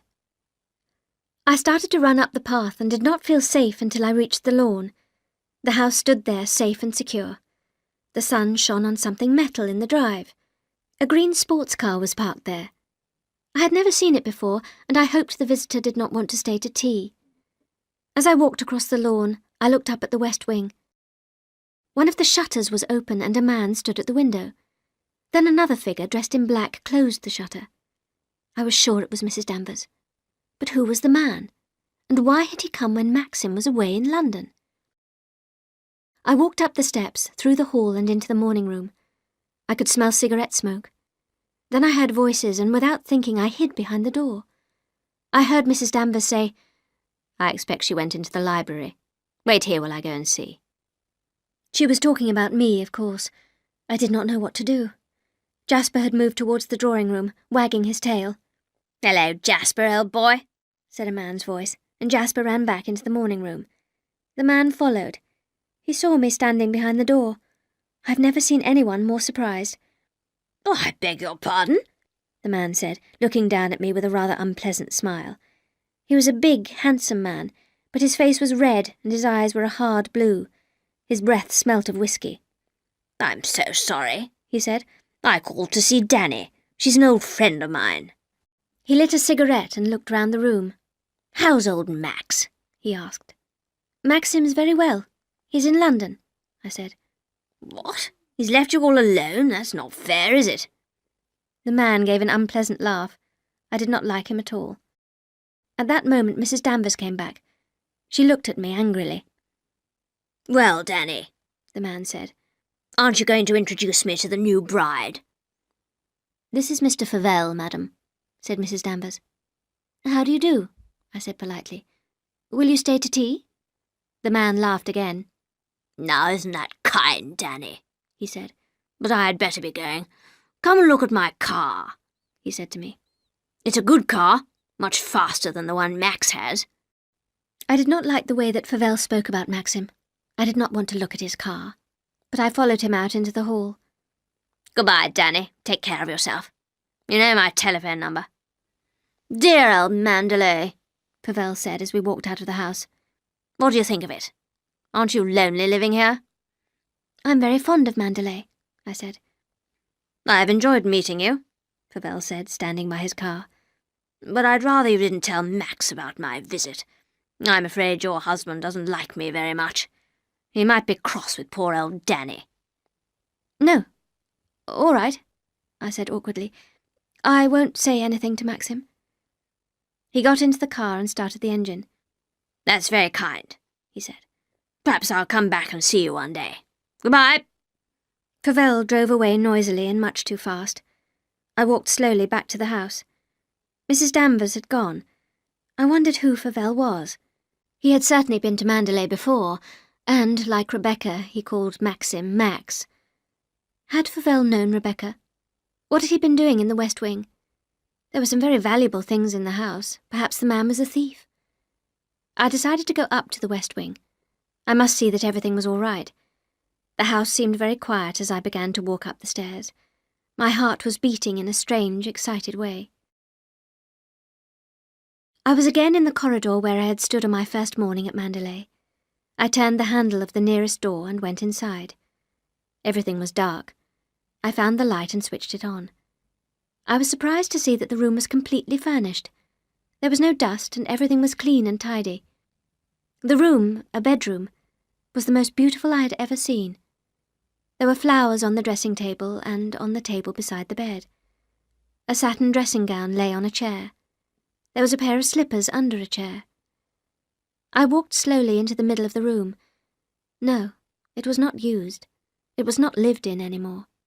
The air was not fresh. Rebecca would never come back to this room again. I could hear the sea clearly. I went to the window and opened a shutter.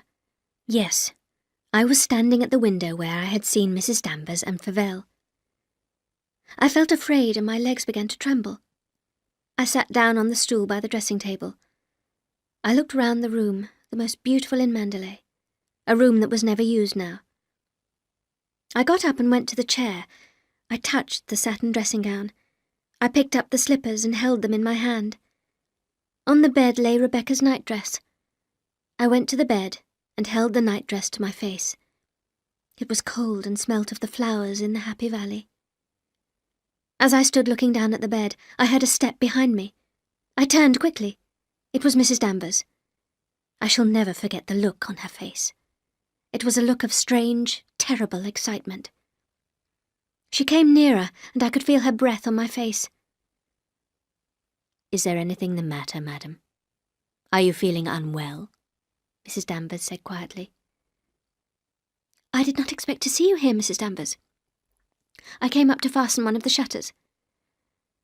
"I will fasten it," Mrs. Danvers said. Mrs. Danvers came back from the window and stood beside me. "You opened the shutter yourself, didn't you?"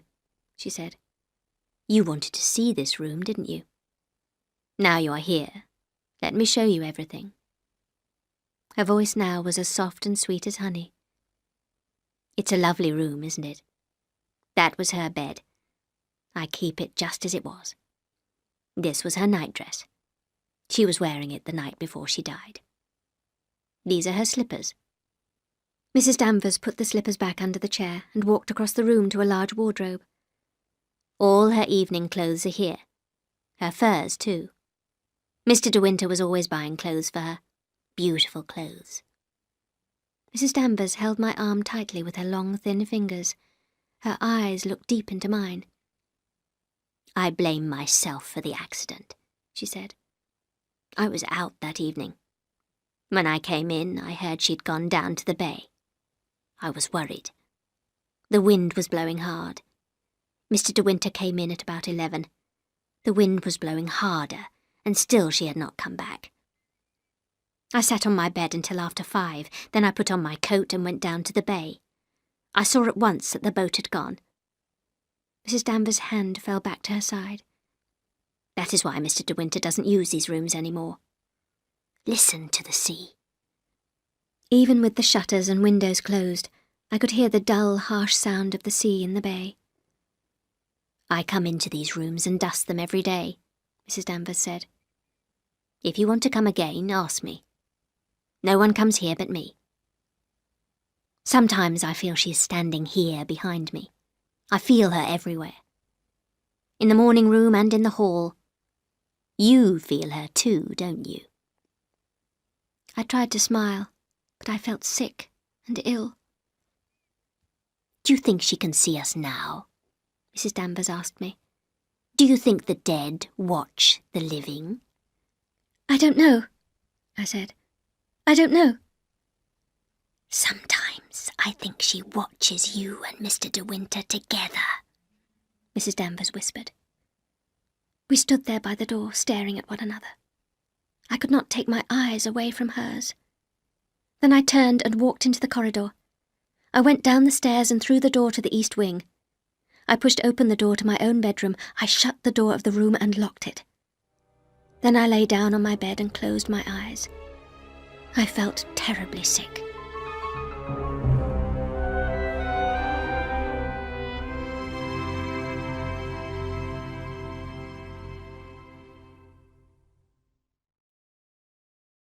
Chapter 13. More about Jack Favell.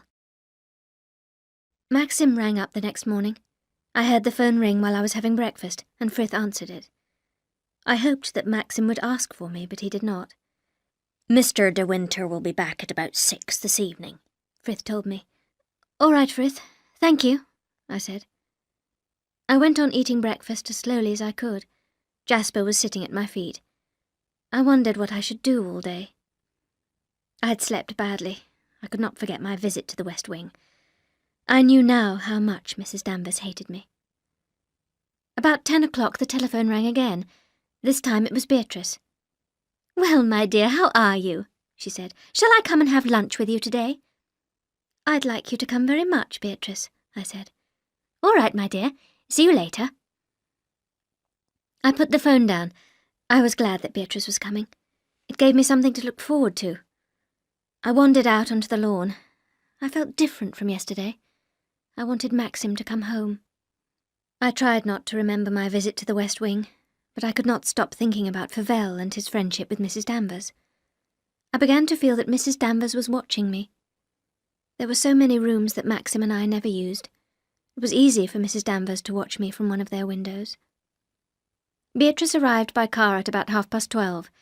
This time I went out to the drive to meet her. "Well, my dear, here I am," she said. "It's a lovely day, isn't it?" She gave me a kiss and then looked at me carefully. "You don't look well," Beatrice said. "You're much too thin. Your face is pale, too. What's wrong with you?" "Nothing," I said. "My face is always pale." "You looked quite different when I saw you before," Beatrice told me. "You're not going to have a baby, are you?" "No, I don't think so," I said. "Well, I hope you will sometime. Maxim would be so happy to have a son. What have you been doing with yourself? Have you done much sketching?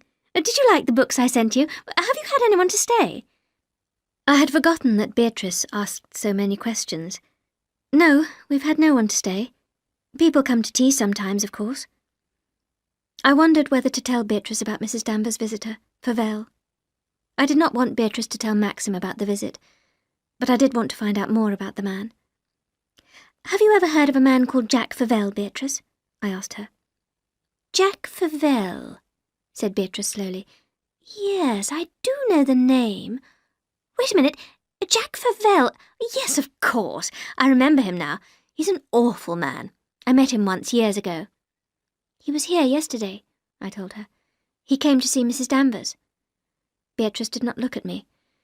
"Oh, well," she said, "I suppose he knows Mrs. Danvers quite well." "But why?" I asked. "Jack Favell is Rebecca's cousin," Beatrice said. "I think he came to Mandalay quite a lot when Rebecca was alive. I'm not sure." "I did not like him," I said. "No, I don't suppose that you did," Beatrice answered. I hoped that she would tell me more about Favell, but she did not. For the rest of the time we talked about other things. Beatrice stayed for tea and left soon afterwards. She had promised to meet her husband, Giles, at the station. "I hope you won't be so thin next time I see you," Beatrice said as she got into her car. "Give Maxim my love. Look after him, and look after yourself too." I watched Beatrice's car go down the drive. Maxim would not be back for another hour. I did not feel like sitting in the house by myself. I called Jasper and we went for a walk through the woods, but I did not go near the sea. I missed Maxim now and felt lonely without him.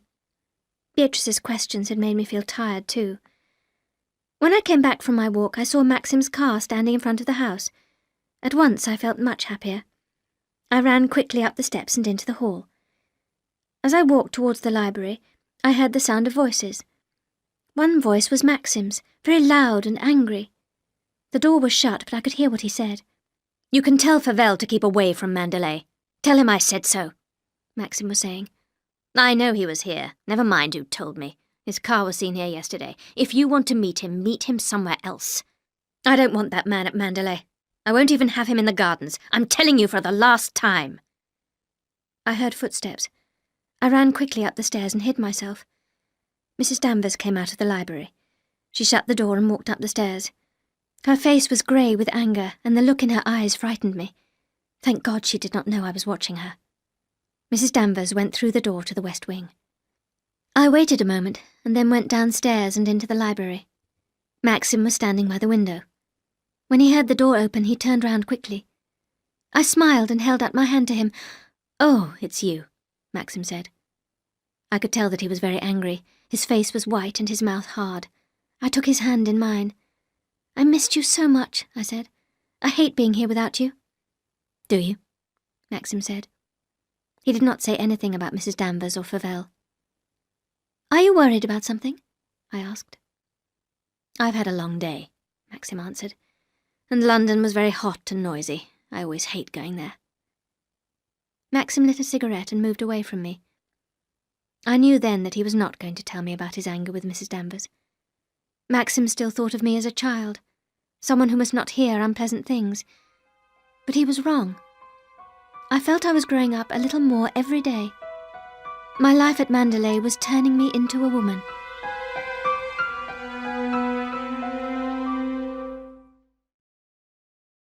Chapter 14. Preparations for the Ball. It was on a Sunday afternoon when someone spoke about the fancy dress ball again. Frank Crawley had come to lunch, and the three of us were hoping to have a quiet afternoon. But as we were walking out to the big tree on the lawn, we heard a car in the drive. We had to go back into the house to welcome the visitors. Very soon more people arrived, and then some more. They all stayed to tea, of course. As we sat in the drawing room eating cake and sandwiches, one of our visitors suddenly said to Maxim, "Oh, Mr. De Winter, there's something I must ask you. Are you having a fancy dress ball at Mandalay this year?" Maxim answered quietly. "I haven't thought about it," he said. "And I don't think anyone else has either." "Oh, but you're wrong," said another woman. "We have all been thinking about it. We used to enjoy the Mandalay ball so much." "Well, I don't know," said Maxim. "There would be a great deal to do. You had better ask Frank Crawley. He would do most of the work." "I don't mind the work," said Frank, looking at me. "It's for Maxim and Mrs. De Winter to decide." Everyone looked at me and started to talk at once. "Now, Mrs. De Winter, you must help us. Your husband will listen to you. After all, you're a new bride. The ball will be for you." "Yes, of course," said a man. "We all missed your wedding. There ought to be some kind of party here at Mandalay." Everyone laughed and clapped their hands. Maxim looked at me. "What about you? Would you like it?" he said. I did not know what Maxim was thinking, Perhaps he thought I was too shy to want the ball. "I think I rather like the idea," I said with a smile. Maxim turned away. "All right then, Frank. We'll have the dance. Mrs. Danvers can help you. She will know what to do. Now, if we've all finished tea, we'll go into the garden." We all went outside. Our visitors were talking happily now about their costumes for the ball. I felt excited too. "What will you wear?" I said to Maxim. "I never wear fancy dress," Maxim replied. "I'm the host, so I can do as I like." "What shall I wear?" I said. "I've no idea at all." Maxim smiled at me. "If you look pretty, I don't mind what you put on," he told me. "All right," I said. "My costume will be a secret. I shall keep it as a surprise." Maxim laughed and patted me on the shoulder. As usual, he was treating me like a child. I did not want to be a child. I wanted to be a grown-up woman. "I shall wear a beautiful dress at the ball," I told myself. "Everyone will say how charming I am. They will think of me as the real Mrs. De Winter at last. Maxim will love me as his wife and forget about Rebecca." Soon everyone at Mandalay was talking about the fancy dress ball. My little maid Clarice spoke of nothing else. "Oh, madam, it's so exciting," she said. "I'm looking forward to it so much." The preparations went on. Frank was very busy, and so was Mrs. Danvers.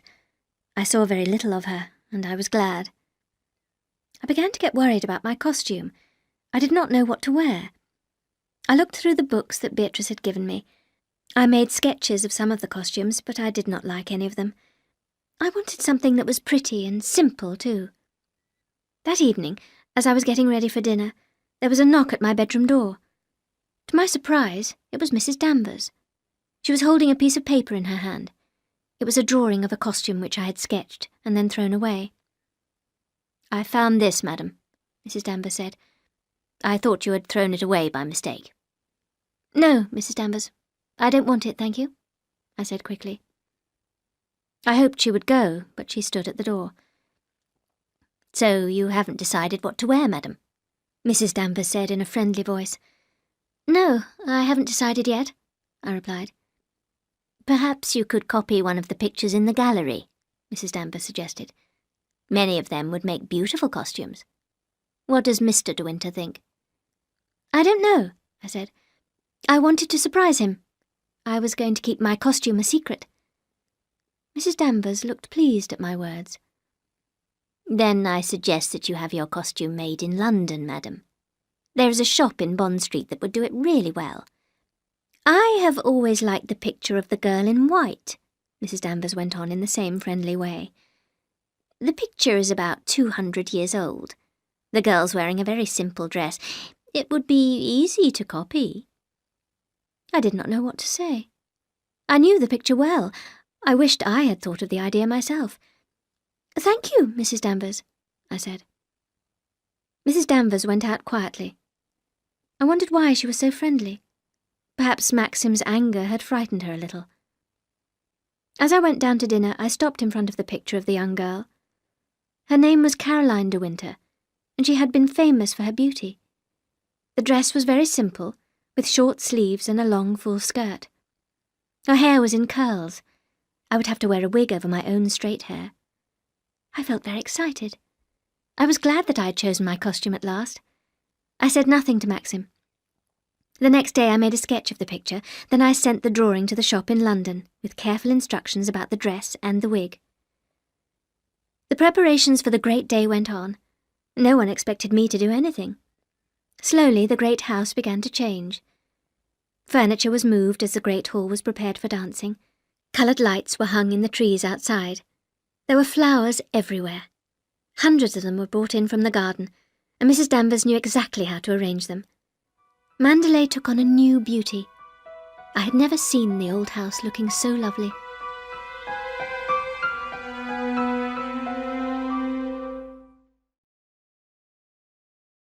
Chapter 15. Miss Caroline De Winter. On the day of the ball, Maxim and I had lunch with Frank. My dress and the wig had arrived, and they both looked perfect. Maxim and Frank asked me about my costume, but I told them nothing. The secret made me feel excited and important. You won't know it's me, I told them. You will both have the surprise of your lives. Maxim and I went back to the house after lunch. The band had arrived, and we welcomed the men. The afternoon seemed very long. I thought about going for a walk. Then suddenly it was tea time, and Beatrice and her husband Giles had arrived. "This is like old times," said Beatrice, looking around. "Everything is as beautiful as ever. What's everyone going to wear? I suppose you refuse to wear fancy dress, Maxim?" "Of course," Maxim said. "I prefer to be comfortable." "I'm going to dress as an Arab," said Giles. "I got the idea from a friend." "What about you, Mrs. Lacey?" Frank said to Beatrice. "I'm in Eastern dress too. I'm wearing a veil and lots of jewellery. I'll be cool and comfortable, that's all that matters." Beatrice turned to me. "And what is our hostess going to wear?" she asked. "The ball is for you, after all. We all expect you to wear something really special." "Don't ask her," said Maxim. "She won't tell anyone.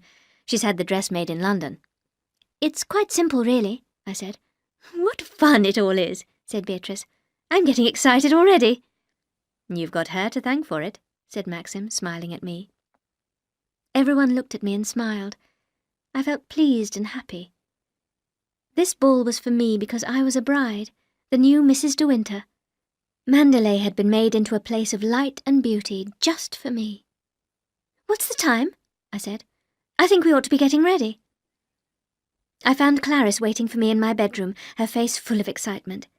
I locked the door and took the dress from its box. It fitted perfectly. I looked at myself in the mirror. I smiled. I felt different already. I was someone more exciting and interesting than my usual self. "Give me the wig, Clarice," I said. "Be careful, the curls mustn't be flat." I brushed back my own straight hair. Carefully I put the wig in place. I looked in the mirror again. The wig and the tightly fitting dress made me almost beautiful. "Oh, Clarice," I said, "what will Mr. De Winter say?" There was a knock on the door. "Who's there?" I called. "You can't come in." "It's me, my dear," said Beatrice. "Are you ready? I want to have a look at you." No, I said. "You can't come in. Tell Maxim that he can't come in either. I'll come down when I'm ready." I looked in the mirror again. My eyes looked larger, and the curls made a soft cloud round my head. I lifted the skirt of the dress in my hands. "Unlock the door," I said to Clarice. "I'm going down." I stood in the gallery and looked down on the hall below. There was Giles in his white Arab costume. Beatrice was wearing a long green dress, and Frank was dressed as a sailor. Only Maxim was wearing evening clothes. "I don't know what she's doing," I heard Maxim say. "What's the time, Frank? She must be down soon."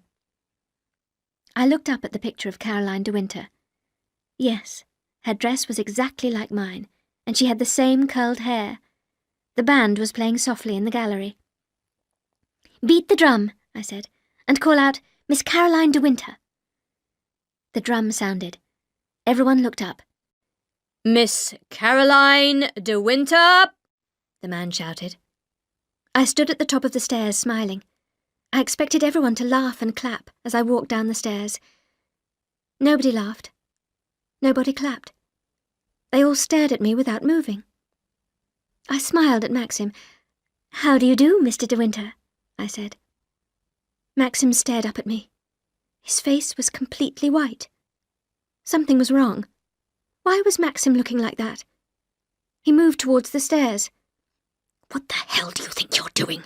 he said. His eyes were on fire with anger. "It's the picture," I said. "The one in the gallery." There was a long silence. Still nobody moved. "What is it?" I said. "What have I done?" When Maxim answered, his voice was cold and hard. "Go and take off that dress. It doesn't matter what you wear. Any evening dress will do. Go quickly, before anyone comes." I could not speak. I stood staring at Maxim. "What are you standing there for?" he asked me. "Didn't you hear what I said?" I turned and ran up the stairs.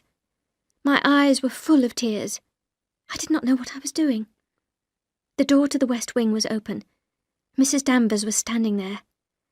I shall never forget the terrible look on her face. It was a look of joy of joy and the most terrible hate. She stood there, smiling at me.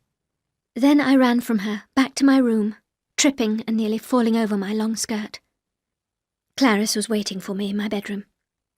She had heard what had happened. When she saw my face, Clarice started to cry. "It doesn't matter, Clarice," I said. "Help me take off this dress, quickly." "What will you wear, madam?" Clarice asked me. "I don't know," I said. "Leave me alone now. I'll be all right. Go down and enjoy the party. Don't tell anyone what has happened." After Clarice had gone, someone knocked at the door. It opened and Beatrice came in. "My dear," she said, "are you all right?" I put a hand up to my head and took off the wig. "Of course I knew at once that it was a mistake," Beatrice said. "You could not have known." "Known what?" I said, turning to look at her. "Why, about your costume. It was exactly what Rebecca wore at the last fancy dress ball here. As you stood on the stairs, I thought for one terrible moment—" "I ought to have known," I said. I was thinking of Mrs. Danvers. She had planned this. She had known what would happen. "How could you know?" said Beatrice.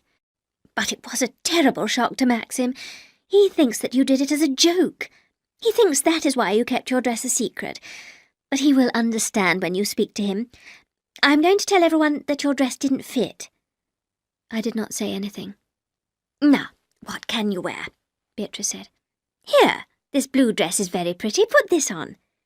"No," I said. "I'm not going down." Beatrice stared at me before she spoke. "But, my dear, you must. It will look so strange." I felt very tired. "What does it matter?" I said. Beatrice looked shocked at my words. "Think of Maxim. You must come down for him," she said. I can't, I answered. Beatrice stared at me. "I must go down now," she said at last. "They will be waiting for me at dinner. I'll tell Maxim you'll be down in a minute, shall I?" I did not answer, and Beatrice walked slowly to the door and went out. After a long time I got up from the bed where I was sitting. I walked across to the window. I could see the coloured lights in the trees. I walked back to the dressing table and looked at my white face and red eyes in the mirror. Then slowly I washed my face and combed my hair. I put the white dress and the wig back into the box. I never wanted to see them again. I picked up the blue dress and put it on. When I was ready, I opened the door and walked along the corridor. Everything was still and quiet. Then I heard the sound of voices. The door of the dining room was open. The guests were coming out of dinner. Someone laughed. I walked slowly down the stairs to meet them. I remember very little of my first party at Mandalay. It was the first and the last we ever held there. I remember that Frank tried to make me drink a little champagne. I remember Beatrice smiling at me. I remember dancing with Giles. The band played and people danced. I stood there smiling at everyone. Maxim stood beside me.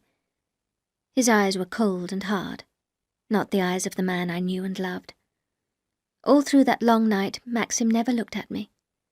Once Beatrice came up to me and said, "Why don't you sit down? You look like death." What was the time? I did not know. The night passed hour after hour. Then at last Giles came up to me and said, "Come and look at the fireworks on the terrace." I remember standing on the terrace and staring up at the sky. The fireworks rose into the sky and turned into stars and flowers. The sky was red and gold. Every window of the house was coloured by the falling lights. The grey walls of Mandalay looked heavy and dark. Then suddenly the sky was dark too. The fireworks were over. I heard the sound of cars starting in the drive. They're beginning to go, I thought. Thank God they're beginning to go. People came up to me to say goodbye. "Such a wonderful party," they said. "Thank you so much for a wonderful evening. The best party I've been to for a long time." I shook hands with them all. I smiled. "I'm so glad, I said. I could think of no other words. Maxim had gone with Frank to stand in the drive. Beatrice came up to me. "Well done, my dear," she said. "The ball was a great success. No one had any idea about... You must go to bed now. You look very tired. Have your breakfast in bed." Yes. Yes, perhaps I shall, I said. "I'll tell Maxim you've gone up to bed, shall I?" Yes, please, Beatrice. "All right, my dear. Sleep well." I walked slowly into the house. The lights had been turned off. The rooms were empty. I went up the stairs and along the corridor to my room. It was almost light now, and a bird had started to sing. I undressed slowly and got into bed. I lay back and closed my eyes. My body was tired, but my mind would not rest. I wondered how long Maxim would be. The little clock by my bed ticked away the minutes. I lay on my side, watching it. An hour went by, but Maxim did not come.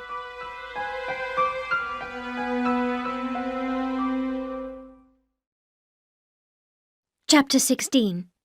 Why Don't You Jump? I fell asleep at about 7 o'clock. When I woke up again, it was after 11. Clarice had bought me some tea. It was cold now, but I drank it. Maxim's bed was empty. He had not come to bed at all. I sat up, looking straight in front of me. My marriage was a failure. It had failed after only 3 months. I was too young for Maxim. I knew too little about the world. The fact that I loved him made no difference. It was not the sort of love he needed. Maxim was not in love with me. He had never loved me. He did not belong to me, he belonged to Rebecca. Rebecca was the real Mrs. De Winter. I could never be the mistress of Mandalay. Wherever I walked, wherever I sat, I saw Rebecca. I knew her well. I knew her tall, slim figure, her small face and clear white skin. If I ever heard her voice, I would know it. Rebecca. Always Rebecca. I would never escape from Rebecca. She was too strong for me. I got out of bed and opened the curtains. Sunlight filled the room. I could not hide in my bedroom any longer. I had a bath, dressed, and went downstairs. The servants had been very busy. The rooms were clean and tidy. The flowers had gone. Soon there would be nothing to remind us of the fancy dress ball. I met Robert in the dining room. "Good morning, Robert," I said. "Have you seen Mr. De Winter anywhere?" "He went out soon after breakfast, madam. He's not been in since." I went into the small room behind the library and picked up the telephone. Perhaps Maxim was with Frank. I had to talk to Maxim. I had to explain about last night. "Frank, it's me," I said when he answered. "Where's Maxim?" "I don't know. I haven't seen him," Frank said. "How did he sleep? How was he at breakfast?" "Frank," I said slowly, "Maxim did not come to bed last night." There was silence. "I was afraid something like that would happen," Frank said at last. "Where do you think he's gone?" I asked. "I must see him. I've got to explain about last night. Maxim thinks I did it as a joke." I could not stop my tears now. They poured down my face as I spoke. "You mustn't talk like that," Frank said. "Let me come up and see you." "No," I said. "It has happened. Nothing can be changed now. Perhaps that's a good thing. I understand things more clearly now." "What do you mean?" said Frank quickly. "Maxim doesn't love me. He loves Rebecca," I said. "He's never forgotten her. He's never loved me, Frank. It's always Rebecca, Rebecca, Rebecca." I heard Frank cry out. "I've got to come and see you," he said. I put down the telephone and stood up. I did not want to see Frank. He could not help me. No one could help me but myself. Perhaps I would never see Maxim again. Perhaps Maxim had left me and would never come back. I could not get these thoughts out of my mind. I went to the window and looked out. A fog had come up from the sea. I could not see the woods. It was very hot, but the sun was hidden behind the wall of fog. I could hear the sea, and I could smell it in the fog. I walked out of the house and onto the lawn. I looked back at the house. One of the shutters in the west wing had been pulled back. Someone was standing there looking down at me. For a moment, I thought that it was Maxim. Then the figure moved, and I saw that it was Mrs. Danvers. I felt that she knew about my tears. She had planned all this to happen. This was her triumph, hers and Rebecca's. I remembered Mrs. Danvers smiling at me like a devil, but she was a living woman like myself. She was not dead like Rebecca. I could not speak to Rebecca, but I could speak to Mrs. Danvers. I walked back across the lawn. I went through the house along the dark, silent corridor of the west wing to Rebecca's room. I turned the handle of the door and went inside. Mrs. Danvers was still standing by the window. The shutter was folded back. She turned to me, and I saw that her eyes were red with crying. There were dark shadows on her white face. "You've done what you wanted, Mrs. Danvers," I said. "You wanted this to happen, didn't you? Are you pleased now? Are you happy?" She turned her head away from me. "Why did you ever come to Mandalay?" she said. "Nobody wanted you. We were all right until you came." "You seem to forget that I love Mr. De Winter," I said. "If you loved him, you would never have married him," Mrs. Danvers said. "Why do you hate me?" I asked. "What have I done to you?" "You tried to take Mrs. De Winter's place," she said. "But I changed nothing here. I left everything to you. I wanted to be friends with you," I said. She did not answer. "Many people marry twice," I said. "My marriage to Mr. De Winter isn't a crime. Haven't we a right to be happy?" "Mr. De Winter is not happy," Mrs. Danvers said, looking at me at last. "Look into his eyes. He's in hell. He has looked like that ever since she died." "It's not true," I said. "It's not true. He was happy when we were in Italy together." "Well, he's a man, isn't he?" she said with a hard laugh. "Every man likes to enjoy his honeymoon." I was suddenly very angry and not afraid of Mrs. Danvers any more. I went up to her and shook her by the arm.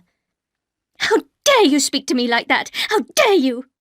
You made me wear that dress last night. You wanted to hurt Mr. De Winter. Do you think his pain and unhappiness will bring Mrs. De Winter back?" Mrs. Danvers moved away from me. "What do I care for his pain?" she said. "He's never cared about mine. How do you think I felt watching you sit in her place, using the things she used? I hear the servants calling you Mrs. De Winter, and all the time the real Mrs. De Winter with her smile and her lovely face is lying cold and dead in the church." Mrs. Danvers' face was twisted with pain. Her voice was loud and hard. "Mr. De Winter deserves his pain. Marrying a young girl like you, and only 10 months afterwards. Well, he's paying for it now. He knows she is watching him. My lady comes at night and watches him.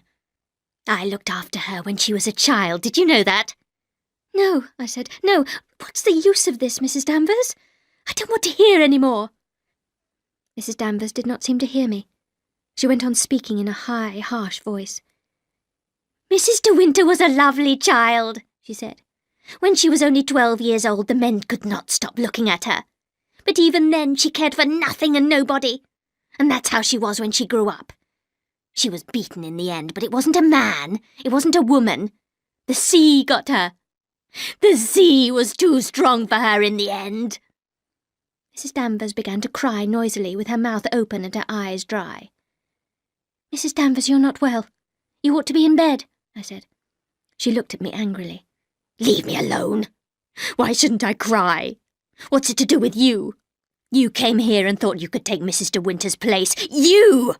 Why, even the servants laughed at you when you came to Mandalay." "You'd better stop this, Mrs. Danvers," I said. "You'd better go to your room." "Yes. And then what will you do? You'll go to Mr. De Winter and tell him that Mrs. Danvers has been unkind to you. You'll go to him like you did when Mr. Favell came here. Mr. De Winter was jealous of Mr. Favell when she was alive. He's jealous now. That shows you he's not forgotten her, doesn't it? Of course Mr. De Winter was jealous. She didn't care. She only laughed. All the men fell in love with her. Mr. De Winter, Mr. Favell, Mr. Crawley. It was like a game to her. "I don't want to know," I said. "I don't want to know." Mrs. Danvers came close to me and put her face near to mine. "It's no use, is it?" she said. "She's the real Mrs. De Winter, not you." I backed away from her towards the window. She took my hand and held it. "Why don't you go?" she said again. "He doesn't want you. He never did. He can't forget her. He wants to be alone in the house again with her. She pushed me towards the open window.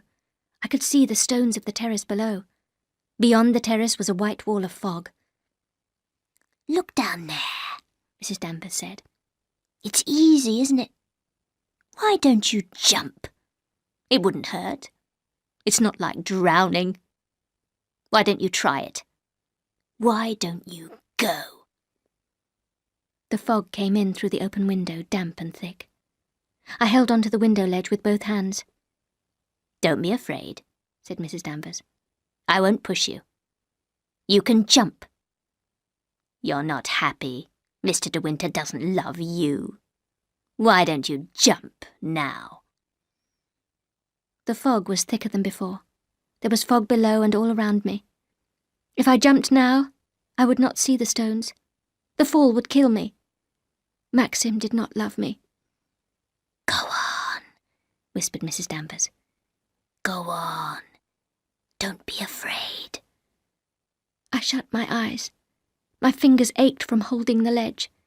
The thick fog made me forget my unhappiness. I could forget about loving Maxim. I could forget about Rebecca. I would not have to think about Rebecca any more. A loud explosion shook the window where we stood. The glass cracked. I opened my eyes and stared at Mrs. Danvers. The first explosion was followed by another, then a third, and a fourth. "What is it?" I said. "What has happened?" Mrs. Danvers let go my arm. She stared out of the window into the fog. It's the rockets, she said. There must be a ship in trouble in the bay. We listened, staring into the white fog together. And then we heard the sound of footsteps on the terrace below us.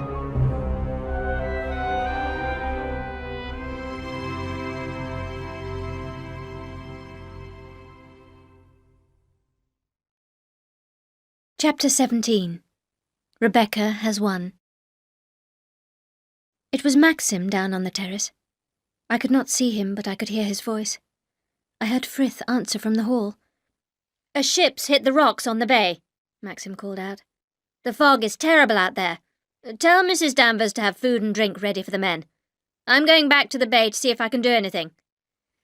Mrs. Danvers moved back from the window. "We had better go down," she said in her usual voice. "Frith will be looking for me. Be careful of your hands. I'm going to close the window." Then she went to the door and held it open for me. "When you see Mr. De Winter, madam, please tell him there will be a hot meal ready for the men at any time." I stared at her. "Yes," I said. "Yes, Mrs. Danvers." She turned her back on me and went along the corridor. I walked slowly out of the room. I felt as though I had just woken up from a long sleep. When I reached the hall, I saw Frith. "Did you hear the rockets, madam?" he said. "Mr. De Winter's gone down to the bay. He went across the lawn only a few minutes ago." I went out onto the terrace. The fog was beginning to clear and I could see the woods again. I looked up at the window above my head. It looked very high. I suddenly felt very hot. My head ached and my hands were wet. I stood very still. Then for the first time I realized that Maxim had not gone away. I had heard his voice, and he was down there in the bay. Maxim was safe. Nothing else mattered if Maxim was safe. I began to walk along the path through the woods. The fog had almost gone now. When I came to the bay, I could see the ship at once. She was on the rocks about 2 miles from the shore. There were some small boats near her. I climbed up the path to the cliffs above the bay. Frank was there talking to a coastguard, but I could not see Maxim. "They're going to send a diver down soon, Mrs. De Winter," said the coastguard. "They want to see if they can get the ship off the rocks." "Have you seen Maxim?" I asked Frank. "He's taken one of the sailors to hospital," Frank told me. "The man was hurt. Maxim is always a great help at times like this. What are you going to do? Can I walk back with you to the house?" "I think I'll stay here. I want to see the diver go down," I said. "Very well," Frank said. "I shall be at the office if you want me." The coastguard looked at his watch. "Well, I must be getting along too," he said. "Good afternoon." The sea was calm now. The diver went down and came up again. Nothing else happened. It was very hot. I sat on the cliffs for a long time doing nothing, thinking of nothing. When I looked at my watch again, it was 3 o'clock. I got up and walked down the hill to the bay. When I came to the other side, I saw Ben. He stood there, smiling at me. "Seen the big ship?" he said. "Yes," I said. "She's on the rocks, isn't she?" "She'll break up," he said. "The big ship won't go down like the little one. She won't come back, will she?" "Who?" I asked him. "Her," he said.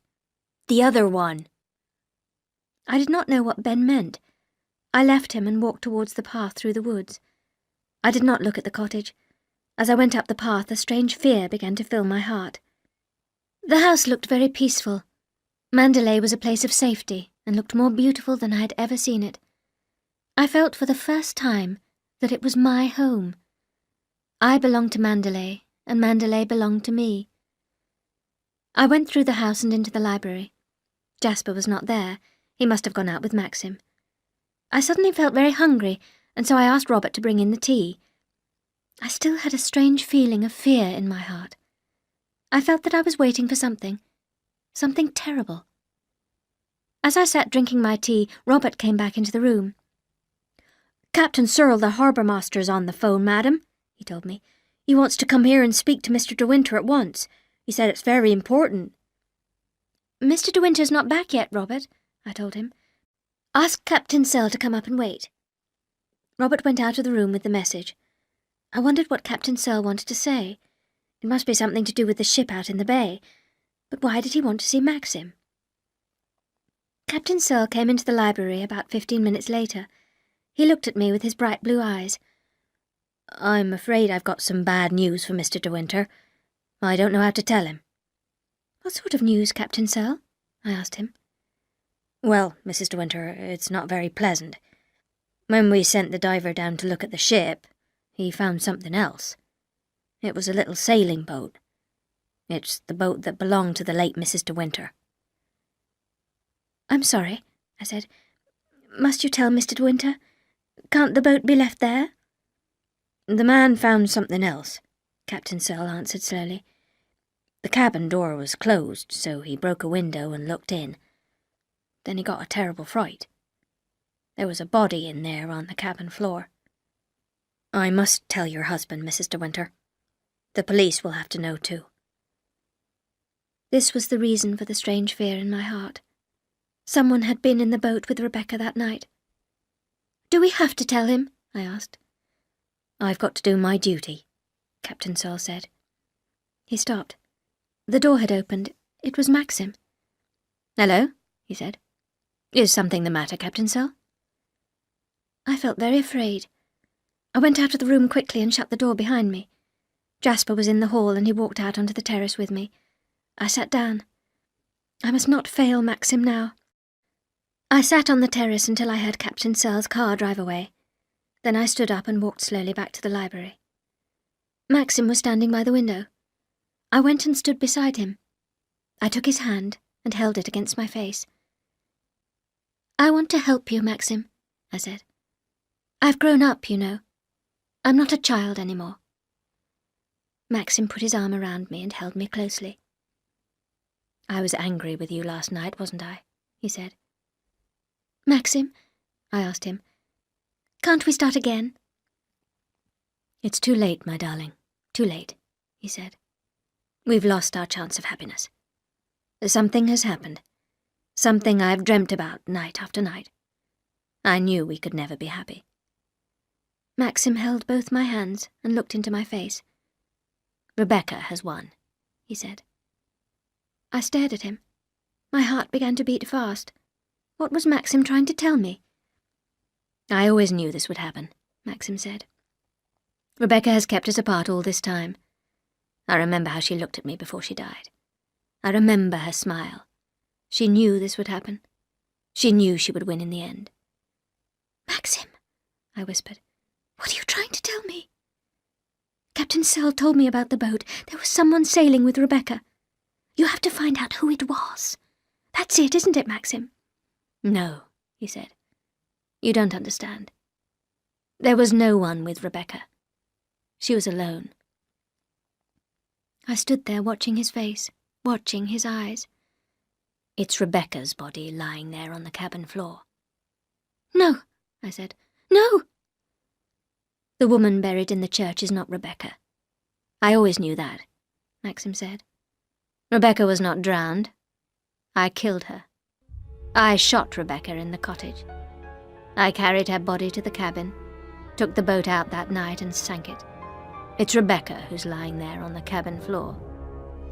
Will you look into my eyes and tell me that you love me now?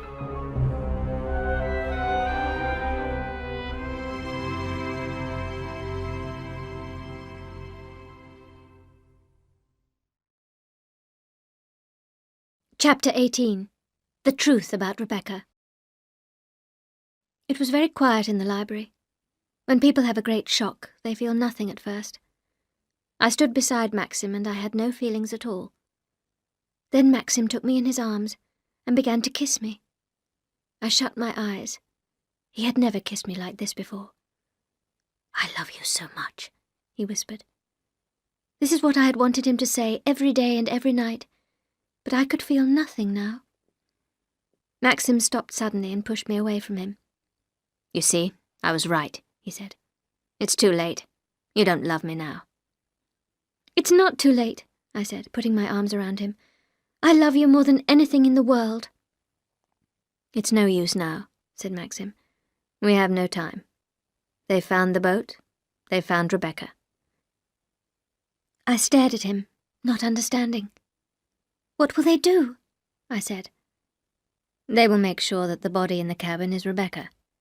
Then they will remember that other body in the church. The other woman. The one I said was Rebecca. What are we going to do? I said. Maxim did not answer. Does anyone know? Anyone at all? I said. Maxim shook his head. Are you sure Frank doesn't know? I asked quickly. How could he? Said Maxim. There was nobody there but me. It was dark. He stopped. He sat down on a chair and I went and knelt beside him. Why didn't you tell me? I whispered. I nearly did once, Maxim said. But you always seemed so unhappy and so shy. I answered very quietly. I knew you were thinking about Rebecca all the time. How could I ask you to love me when I knew you loved Rebecca? You thought I loved Rebecca? He said. I hated her.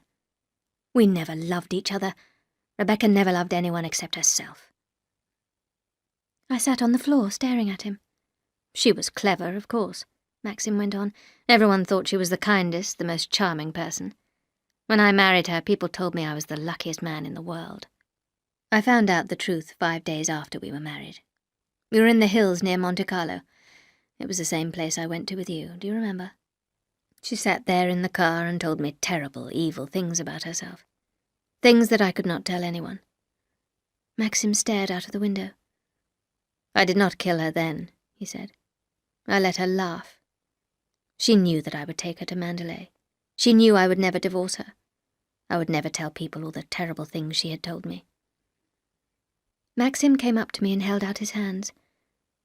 You hate me, don't you? He said. You can't understand me, can you? I did not say anything. I held his hands against my heart. Only one thing mattered. Maxim did not love Rebecca. He had never loved her. Never, never. Maxim was talking again. I thought about Mandalay too much, he said. I put Mandalay first before anything else. I can't tell you about those terrible years with Rebecca, but she made Mandalay the place of beauty it is today, and I accepted everything because of Mandalay. Rebecca was careful at first, Maxim went on. She had a flat in London. She met her friends there. Then she began to grow careless. She invited friends down here to Mandalay.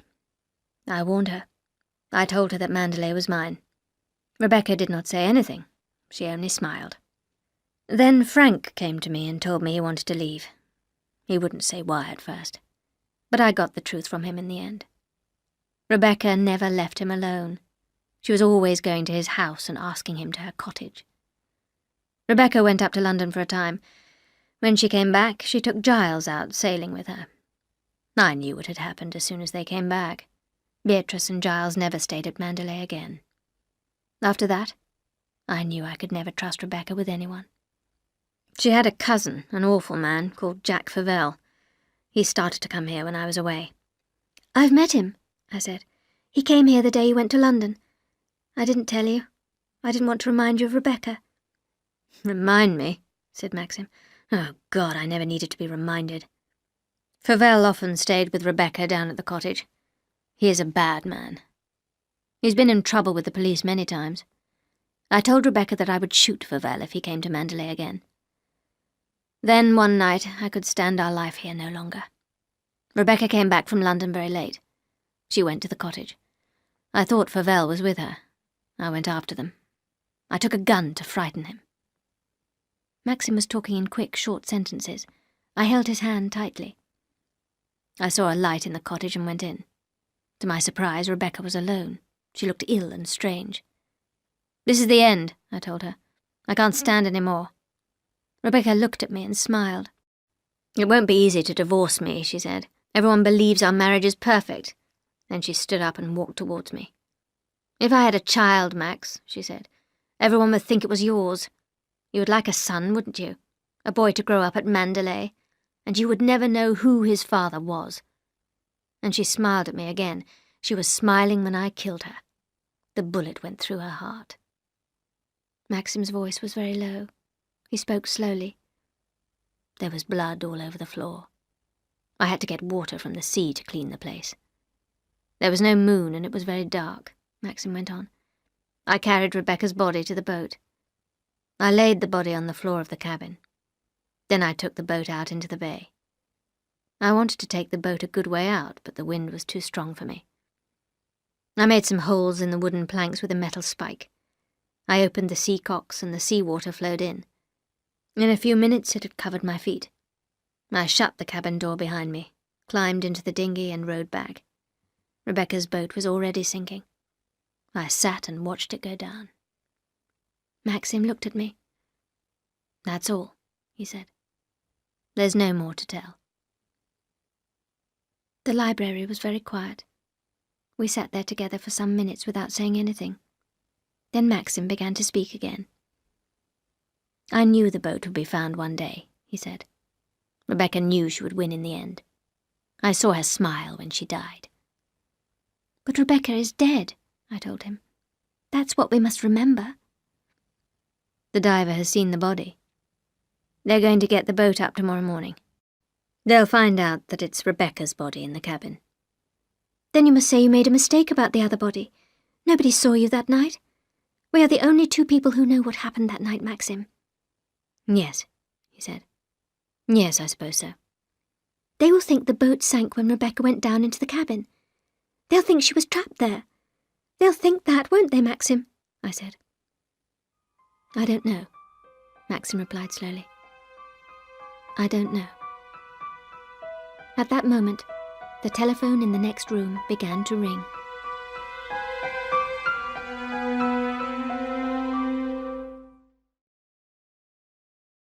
Chapter 19.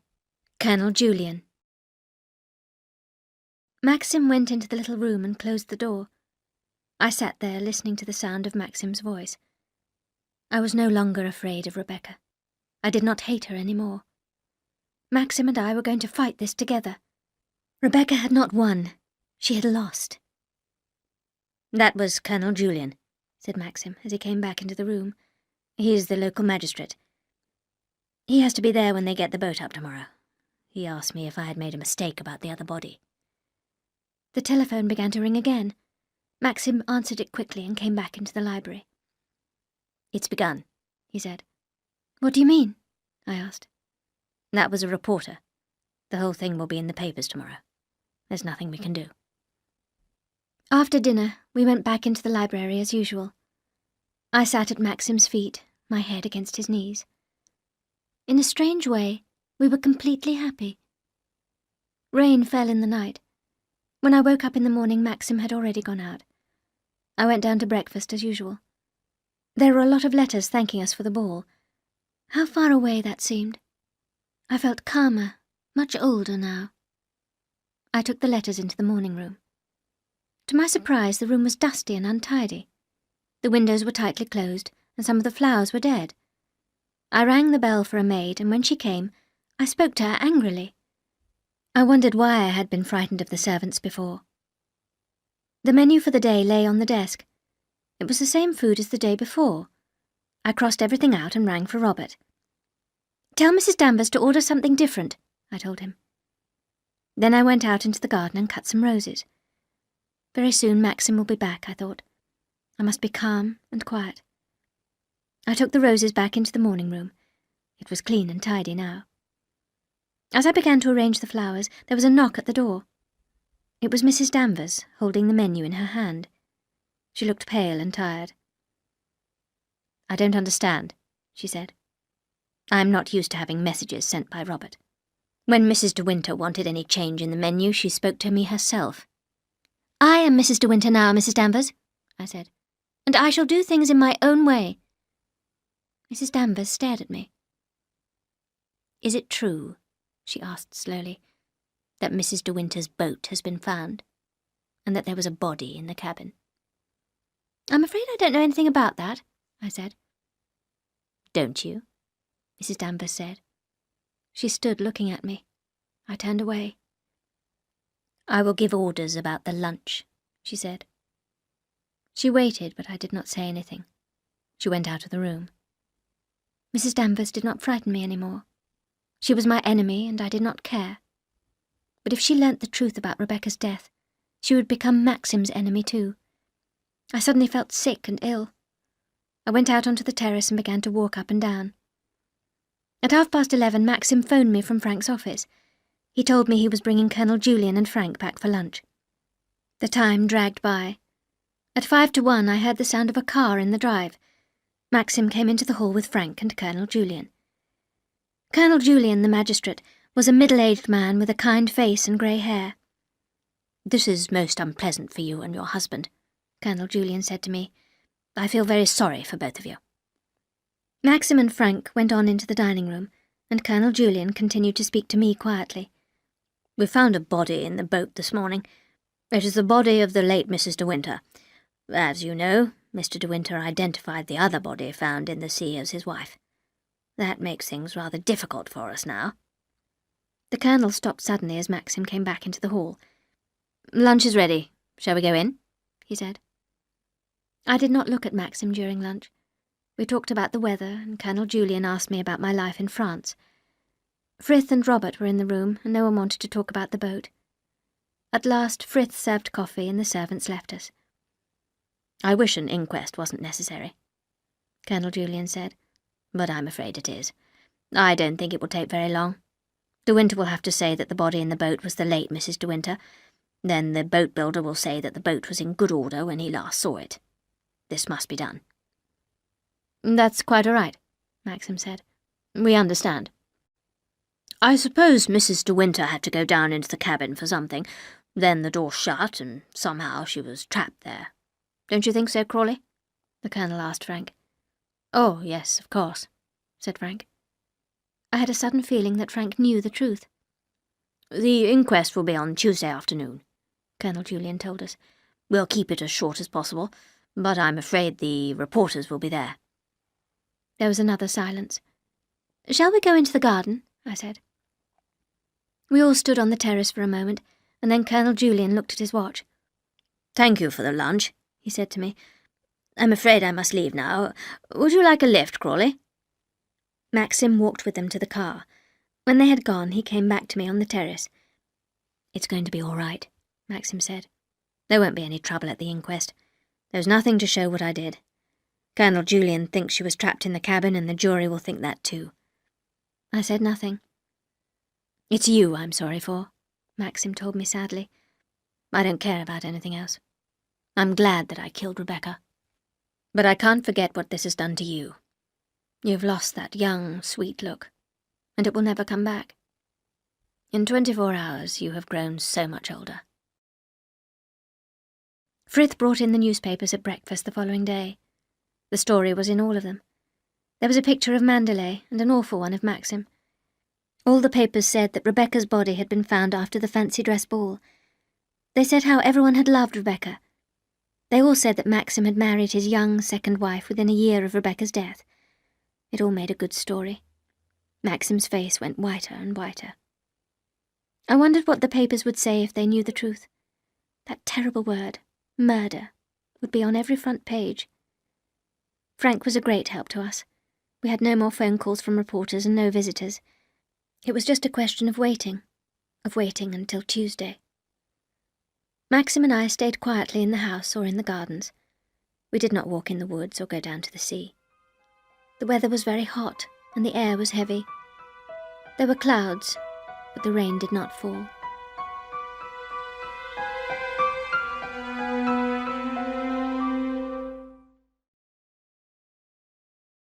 Chapter 20. The Inquest. Tuesday came at last. The inquest was at 2:00. After an early lunch, I drove into the town with Maxim. "I think I shall stay here in the car," I said. "I won't come in with you after all." "I didn't want you to come," Maxim said. "I wish you had stayed at Mandalay." Maxim went off and left me sitting there. The minutes went by. I wondered what was happening at the inquest. I got out of the car and began walking up and down. A policeman looked at me. "Excuse me, madam," he said. "Aren't you Mrs. De Winter? You can wait inside if you like." The policeman took me into an empty room. 5 minutes passed, nothing happened. I got up and walked out of the little room. The policeman was still standing there. "How long will they be?" I asked him. "I'll go and see if you like," the policeman said. He was back again in a moment. "It won't last much longer," he told me. "Mr. De Winter has just finished giving his evidence. There's only the boat builder, Mr. Tabb, to speak now. Would you like to go in? There's an empty seat near the door." I followed the policeman. He opened the door for me and I went in quietly and sat down. The room was small and full of people. The air was hot and stuffy. Frank was sitting next to Maxim. To my surprise, Mrs. Danvers was there too, with Pavel beside her. I wondered whether Maxim had seen him. Tabb, the boat builder, standing in the centre of the room, was answering the coroner's questions. "Was the boat in good condition?" the coroner was asking. "Oh, yes, it certainly was the last time I saw it," Tabb said. "It was a strong little boat. I can't understand why it sank that night." "Accidents have happened before," the coroner said. "Mrs. De Winter was careless for a moment and she died." "Excuse me, sir," said the boat builder. "I would like to say something else." "Very well. Go on," said the coroner. "It's this, sir. There was nothing wrong with that boat when I last saw it, so what I want to know is this. Who made those holes in the planks? Rocks didn't do it. The boat sank too far away from them, and those holes were made with something sharp." I could not look at anyone. I stared down at the floor. For a moment the coroner was too surprised to speak. Then he said, "What do you mean? What sort of holes?" "There were 3 of them, in different parts of the boat. And that's not all. The sea-cocks had been turned full on." "The sea-cocks, what are they?" asked the coroner. "Well, the sea-cocks close the pipes leading to the wash basins, sir. They must be kept tightly closed when the boat is sailing, otherwise the sea water comes in." It was hot in that crowded room, far too hot. I wished someone would open a window. The boat builder was speaking again. "With those holes, sir, and the sea-cocks open, a small boat like Mrs. De Winter's would soon sink. It's my opinion that there was no accident. That boat was sunk on purpose." I must try and get out of the door, I thought. There was no air. People were standing up and talking loudly. I heard the coroner say, "Mr. De Winter." Maxim was standing up. I could not look at him. "Mr. De Winter," the coroner said, "you have heard James Tabb's evidence. Do you know anything about those holes?" "Nothing." "Can you think why they are there?" "No, of course not." "This news is a shock to you, of course." "Of course it is a shock. Does it surprise you that I am shocked?" Maxim's voice was hard and angry. "Oh, God," I thought, Don't let Maxim lose his temper. The coroner was speaking again. Mr. De Winter, I want to find out exactly how your late wife died. Who looked after Mrs. De Winter's boat? She looked after it herself. Then whoever took the boat out that night also made those holes and opened the sea cocks. I suppose so. You have told us that the door and windows of the cabin were shut. Yes. Doesn't this seem very strange to you, Mr. De Winter? Yes, it does. Mr. De Winter, I'm afraid I must ask you one other question. Were you and the late Mrs. De Winter happily married? It was hot, so hot. I tried to stand up, but I could not. The ground came up to meet me, and then I heard Maxim's voice, clear and strong. Will someone take my wife outside? She's going to faint. I was sitting in the little room again. Frank was beside me. I'm sorry, I said. It was so hot in there. Are you feeling better, Mrs. De Winter? Frank asked. Maxim has told me to take you back to Mandalay. Frank helped me to get up. I'd much rather stay, I said. I want to wait for Maxim. Maxim may be some time, Frank told me. They may have to go over the evidence again. But what are they trying to find out? Frank did not answer. We were in his car now, and he was driving very fast. Did you see Favell there? I asked. He was sitting with Mrs. Danvers. I don't trust them, Frank. They might make trouble. Frank did not answer. He could not know how much Maxim had told me. Then we were back at Mandalay. Will you be all right now? Frank asked me. I shall go back. Maxim may want me. He got quickly back into the car again and drove away. I went upstairs to my room and lay down on my bed. What were they all saying now? What was happening? What would I do if Frank came back to Mandalay without Maxim? I thought again of that dreadful word, murder. God, let me not think about it. Let me think about something else, anything. I must have fallen asleep. I woke up suddenly. It was 5 o'clock. I got up and went to the window. There was no wind. Lightning flashed against the grey sky. I heard thunder in the distance. A few drops of rain began to fall. I went downstairs and sat with Jasper in the library.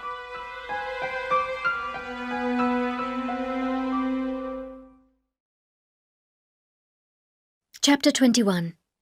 A visit from Jack Favell. It was after 6 when I heard the sound of Maxim's car. I tried to stand up, but my legs were so weak that I had to lean against a chair. Maxim came into the room and stood by the door.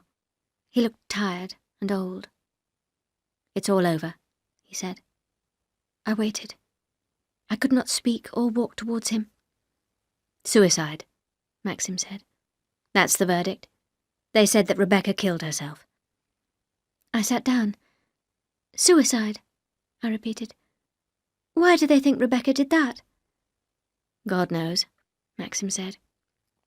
He went and stood by the window. There's one more thing to be done. Rebecca's body has to be buried. I'm going down to the church now. We'll talk about everything when I get back. We've got to start our lives all over again. The past can't hurt us if we're together. We'll have children too, I promise you. I must go now. I'm meeting Frank and Colonel Julian at the church. He left the room quickly, and then I heard the sound of his car driving away. It was quiet in the library. I thought about the church where Rebecca was being buried at last. Just before 7, the rain began to fall heavily. I opened the windows to let in the cold, clean air. The rain was falling so heavily that I did not hear Frith come in. "Excuse me, madam," he said. "There's a gentleman to see Mr. De Winter. It's Mr. Favell." I was very surprised. "I think I had better see Mr. Favell," I said. "Bring him in here, please, Frith." I hoped that Favell would go before Maxim came back. I could not think why Favell had come. "I'm afraid Maxim is not here," I said, when Favell walked into the room. His eyes were red. I wondered if he had been drinking. "I don't mind waiting," Favell replied. "Max will be back for dinner, I'm sure." "Mr. Favell," I said, "I don't want to be rude, but I am very tired. It will be better if you come back in the morning. No, he said, coming towards me. I've got something to say to Max. Now, this has been a shock to me, you know. I was very fond of Rebecca. Yes, of course, I said. I'm very sorry for you. I was fonder of Rebecca than of anyone else in the world, Fauvel went on, and she was fond of me. That's why I've come here to find out the truth. Suicide. My God. You and I know it wasn't suicide, don't we? As Fauvel was speaking, the door opened and Maxim and Frank came in. What the hell are you doing here? Maxim said to Fauvel. Why, hello, Max, old man, Fauvel said. You must be feeling very pleased with yourself. Do you mind leaving the house? Said Maxim coldly. I don't want you here. Now, wait a minute, Max, Fauvel answered. You've been very lucky, but I can still make life unpleasant for you, and dangerous too, perhaps. Maxim stared hard at Fauvel. Oh, yes, he said. In what way can you make things dangerous? I'll tell you, Max, said Fauvel with an unpleasant smile. You know all about Rebecca and me. Her death was a great shock.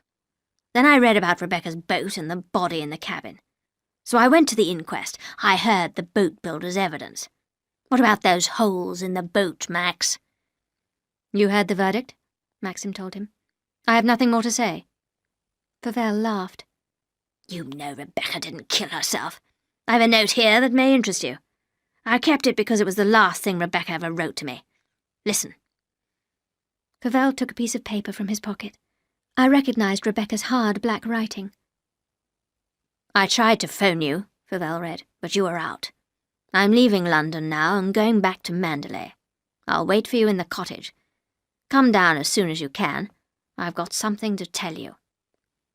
Fauvel put the note back in his pocket. I found that in my London flat. It was too late to drive down to Mandalay. When I phoned the following day, Rebecca was dead. Do you really think Rebecca killed herself after writing that note? Maxim said nothing. Now, Max, old man, Fauvel said at last. You know I'm not a rich man. If I had 2,000 or 3,000 pounds, I could live quite well. I'd never come back, I promise you. I've already asked you to leave the house, Maxim said. The door is behind you. Fauvel laughed again. Think again, Max, said Fauvel. I don't suppose your new bride wants to be known as the wife of a murderer. You can't frighten me, Fauvel, Maxim answered. Shall I phone Colonel Julian? You can tell your story to him. You wouldn't dare, Max, said Fauvel. I have enough evidence to hang you, Max. Maxim walked slowly towards the telephone in the next room. Stop him, I said to Frank. Stop him, for God's sake. But it was too late. Maxim was already speaking. Is that Colonel Julian? It's De Winter here. Could you come over to Mandalay at once? No, I can't say anything over the phone. Thank you very much. Goodbye. Maxim came back again into the room. Colonel Julian will be here in 10 minutes, he said. We waited in silence. The rain was so heavy that we did not hear the sound of the car. We were taken by surprise when Frith brought the magistrate into the library. Good evening, Colonel Julian, Maxim said at once. This is Jack Fauvel, my late wife's cousin. He has something to say to you. Fauvel went up to Colonel Julian. I'm not happy about the verdict. I want you to read this note. Tell me whether you think the writer had decided to kill herself. Colonel Julian took the note and read it slowly. I see what you mean, he said. But the note is not clear. What do you think really happened to Mrs. De Winter? Fauvel looked at Maxim. I'll tell you what I think, he said slowly. Rebecca never opened those seacocks. She didn't make those holes in the boat. Rebecca didn't kill herself. I say she was murdered. Do you want to know who the murderer is? He's there, standing by the window. Mr. Maximilian de Winter. He's your murderer. Take a good look at him. Fauvel began to laugh, a high, stupid laugh, as he twisted the note round and round in his fingers.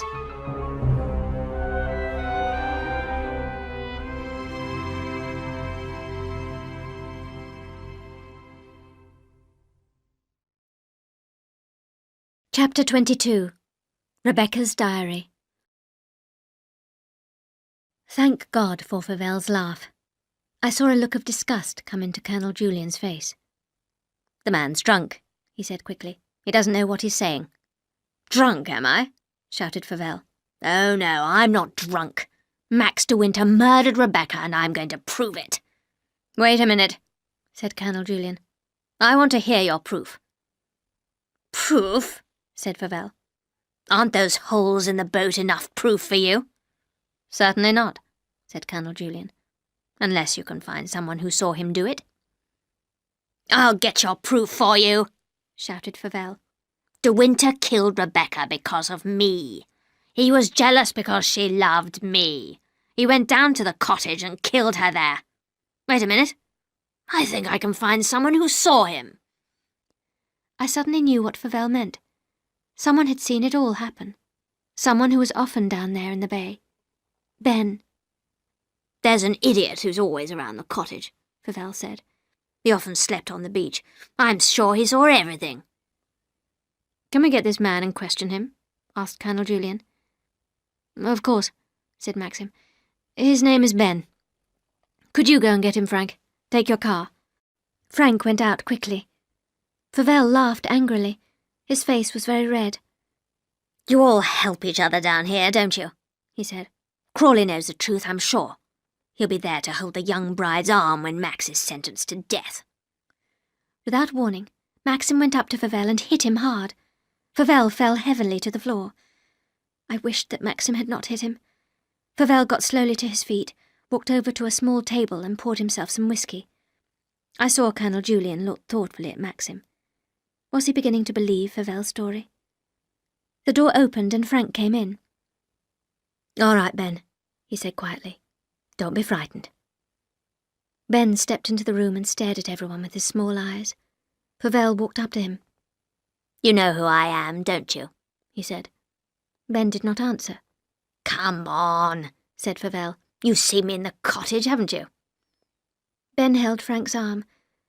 "I've never seen him," he said. "Is he going to take me away?"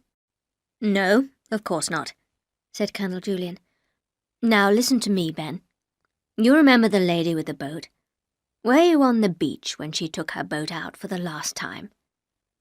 "You were there, weren't you?" said Favel, standing over Ben. "You saw Mrs. de Winter go into the cottage, and Mr. de Winter too. What happened then?" Ben shook his head and moved back against the wall. "I didn't see anything," he said. He began to cry.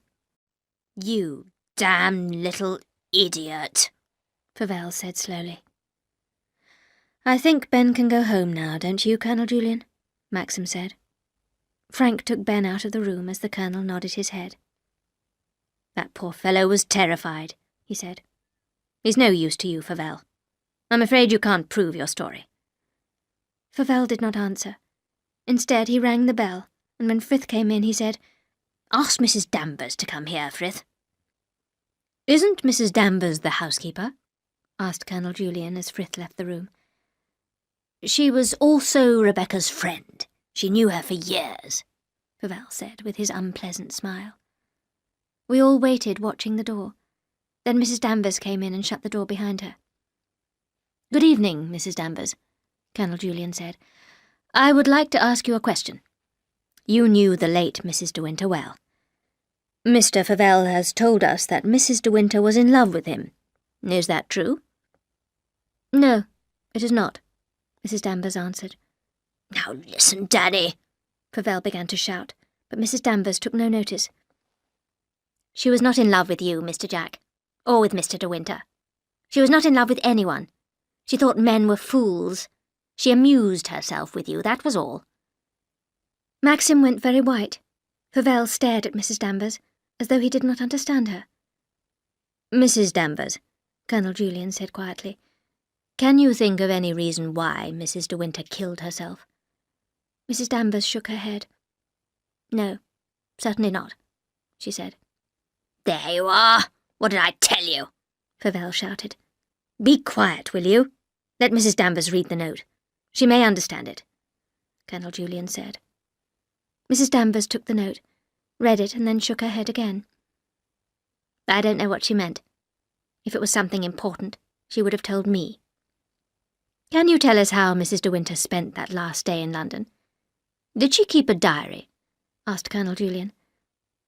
I've got her diary in my room, Mrs. Danvers replied. I kept all her things. I'll go and get it.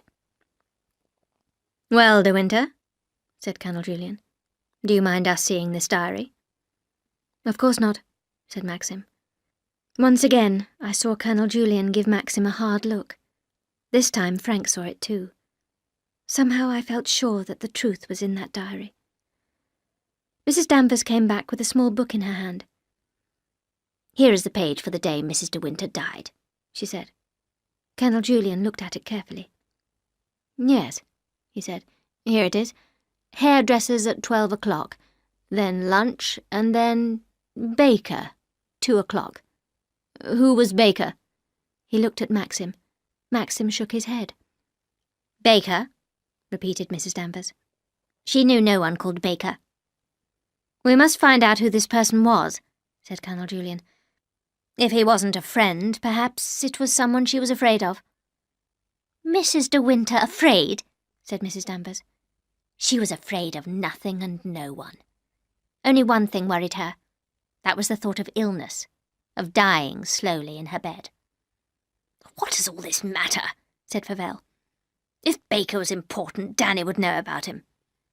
Mrs. Danvers was turning the pages of the diary. There's a telephone number here at the back, she said. And the name Baker again. Well, said Maxim, lighting a cigarette. Perhaps someone should phone that number. Would you mind, Frank? Frank took the diary without a word and went into the next room. He shut the door behind him. When he came back, he said, That was a doctor's number. Dr. Baker used to live there, but he left 6 months ago. They gave me his new address. I have written it here. And Frank held out a piece of paper. It was then that Maxim looked at me. He looked at me like a man saying goodbye for the last time. That piece of paper was enough to hang Maxim. I knew why Rebecca had gone to a doctor. I knew what she had wanted to tell Favell. Rebecca had been pregnant when she died. She had been going to have a child. It was the one clear proof that Rebecca had not killed herself. I was sure that this was the truth. I knew Maxim thought so too. Well done, Frank, said Maxim calmly. Where does the doctor live now? In North London, Frank replied. But he's not on the phone. He's a very well-known women's doctor. Well, said Colonel Julian, there must have been something wrong with her after all. I'll write him a letter, Frank said. I don't think he would tell you anything, Colonel Julian answered. I think de Winter should see him and explain. I'm ready to go, said Maxim quietly. Shall I go up in the morning? He's not going alone, Favell said with a laugh. You go with him, Julian, and I think I'd better go too. What time do we start? Colonel Julian looked at Maxim. 9 o'clock, he said. Perhaps you will take me in your car. We'll meet at the crossroads just after 9, Favell said. He walked to the door. I suppose you're not going to ask me to dinner, so I'll say goodbye. Come on, Danny. I'll see you in the morning, Max. Colonel Julian came up to me and took my hand. Good night, he said. Get your husband to bed early. Tomorrow will be a long day. He held my hand for a moment, but he did not look into my eyes. He and Frank went out together. Maxim and I were alone at last. I'm coming with you tomorrow, I said. Yes, Maxim answered. We must be together as long as we can. I put my arms around him and held him. We did not say anything. Then Maxim held me tightly. We began to kiss each other, like guilty lovers who had never kissed before.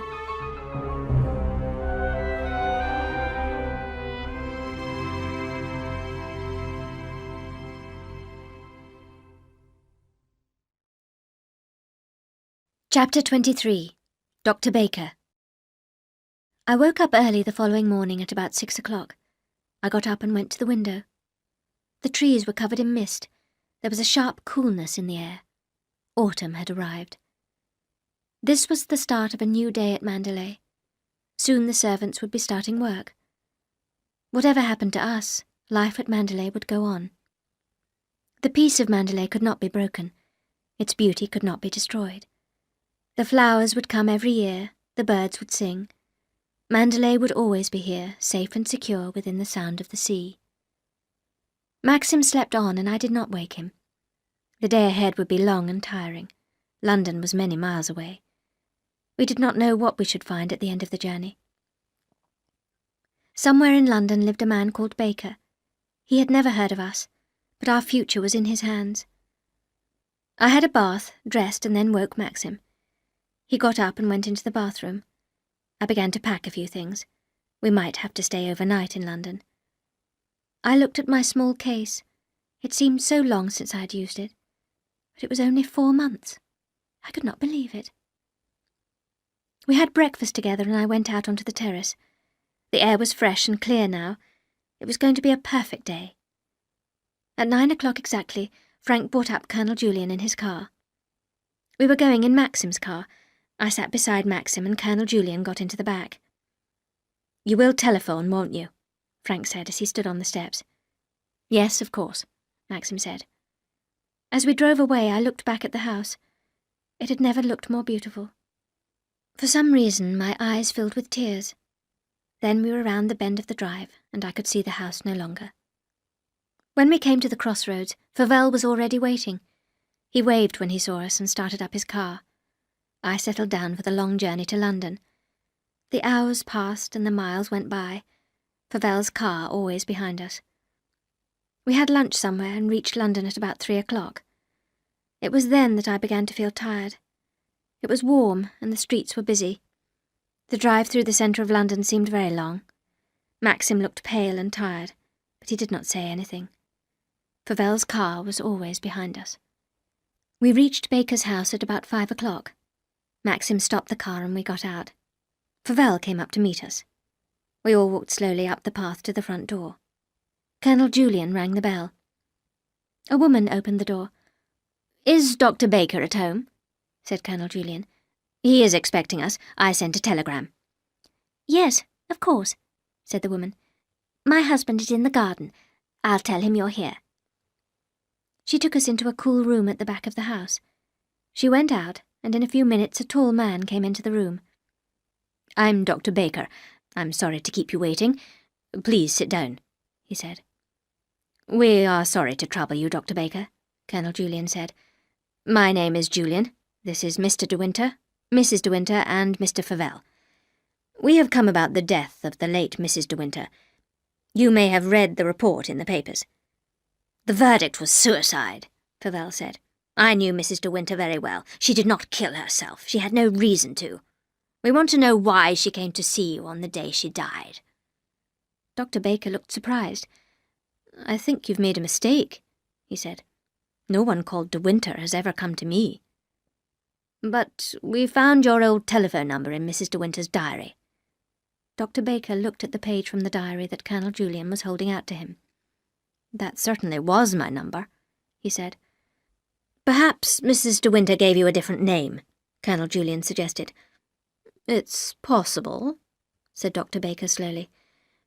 "If you have any record of a visit on that day, could we see it?" Colonel Julian asked. "This is an important matter." "Murder," Fauvel said. "Of course," said the doctor. "I had no idea there was any question of that. I'll go and get my book." While Dr. Baker was out of the room, we said nothing. No one looked at anyone else. Fauvel whistled quietly under his breath. Dr. Baker came back into the room with a large book. He opened the book and turned the pages. We all stood watching his face. "I saw a Mrs. Danvers on the 12th at 2 o'clock, Dr. Baker said at last. "Danny? Why did—" Fauvel began. Maxim broke in. "Rebecca gave the wrong name, of course," he said. "Do you remember the visit now, Doctor?" But Dr. Baker was already searching his files. He picked out a card and read it. "Yes," he said slowly. "I remember now." "Was she tall and dark, a beautiful woman?" Colonel Julian asked. "Yes," said Dr. Baker. He put back the card and looked at Maxim. The doctor spoke slowly. The woman who called herself Mrs. Danvers was very ill indeed. She had come to me the week before. I took some x-rays. She had come back to hear the result. I remember her words exactly. "I want to know the truth," she said. "If I'm really ill, I want to know." So I told her. Dr. Baker stopped and looked down at the files. There was nothing to be done, he went on. An operation would have been useless. I told her that. In 6 months, she would have been dead. No one said a word, and the doctor went on. Mrs. De Winter looked a healthy woman. She had very little pain at that time, but the pain would have come. The x-rays showed that she could never have had a child, but that was nothing to do with her illness. Everyone was standing up. We shook hands with Dr. Baker, and he walked with us to the front door. "Shall I send you my report?" Dr. Baker asked. "We may not need it," said Colonel Julian. "We'll write to you if we do. Thank you very much." "I am glad to have been of some use," said Dr. Baker. "Goodbye." And he shut the door.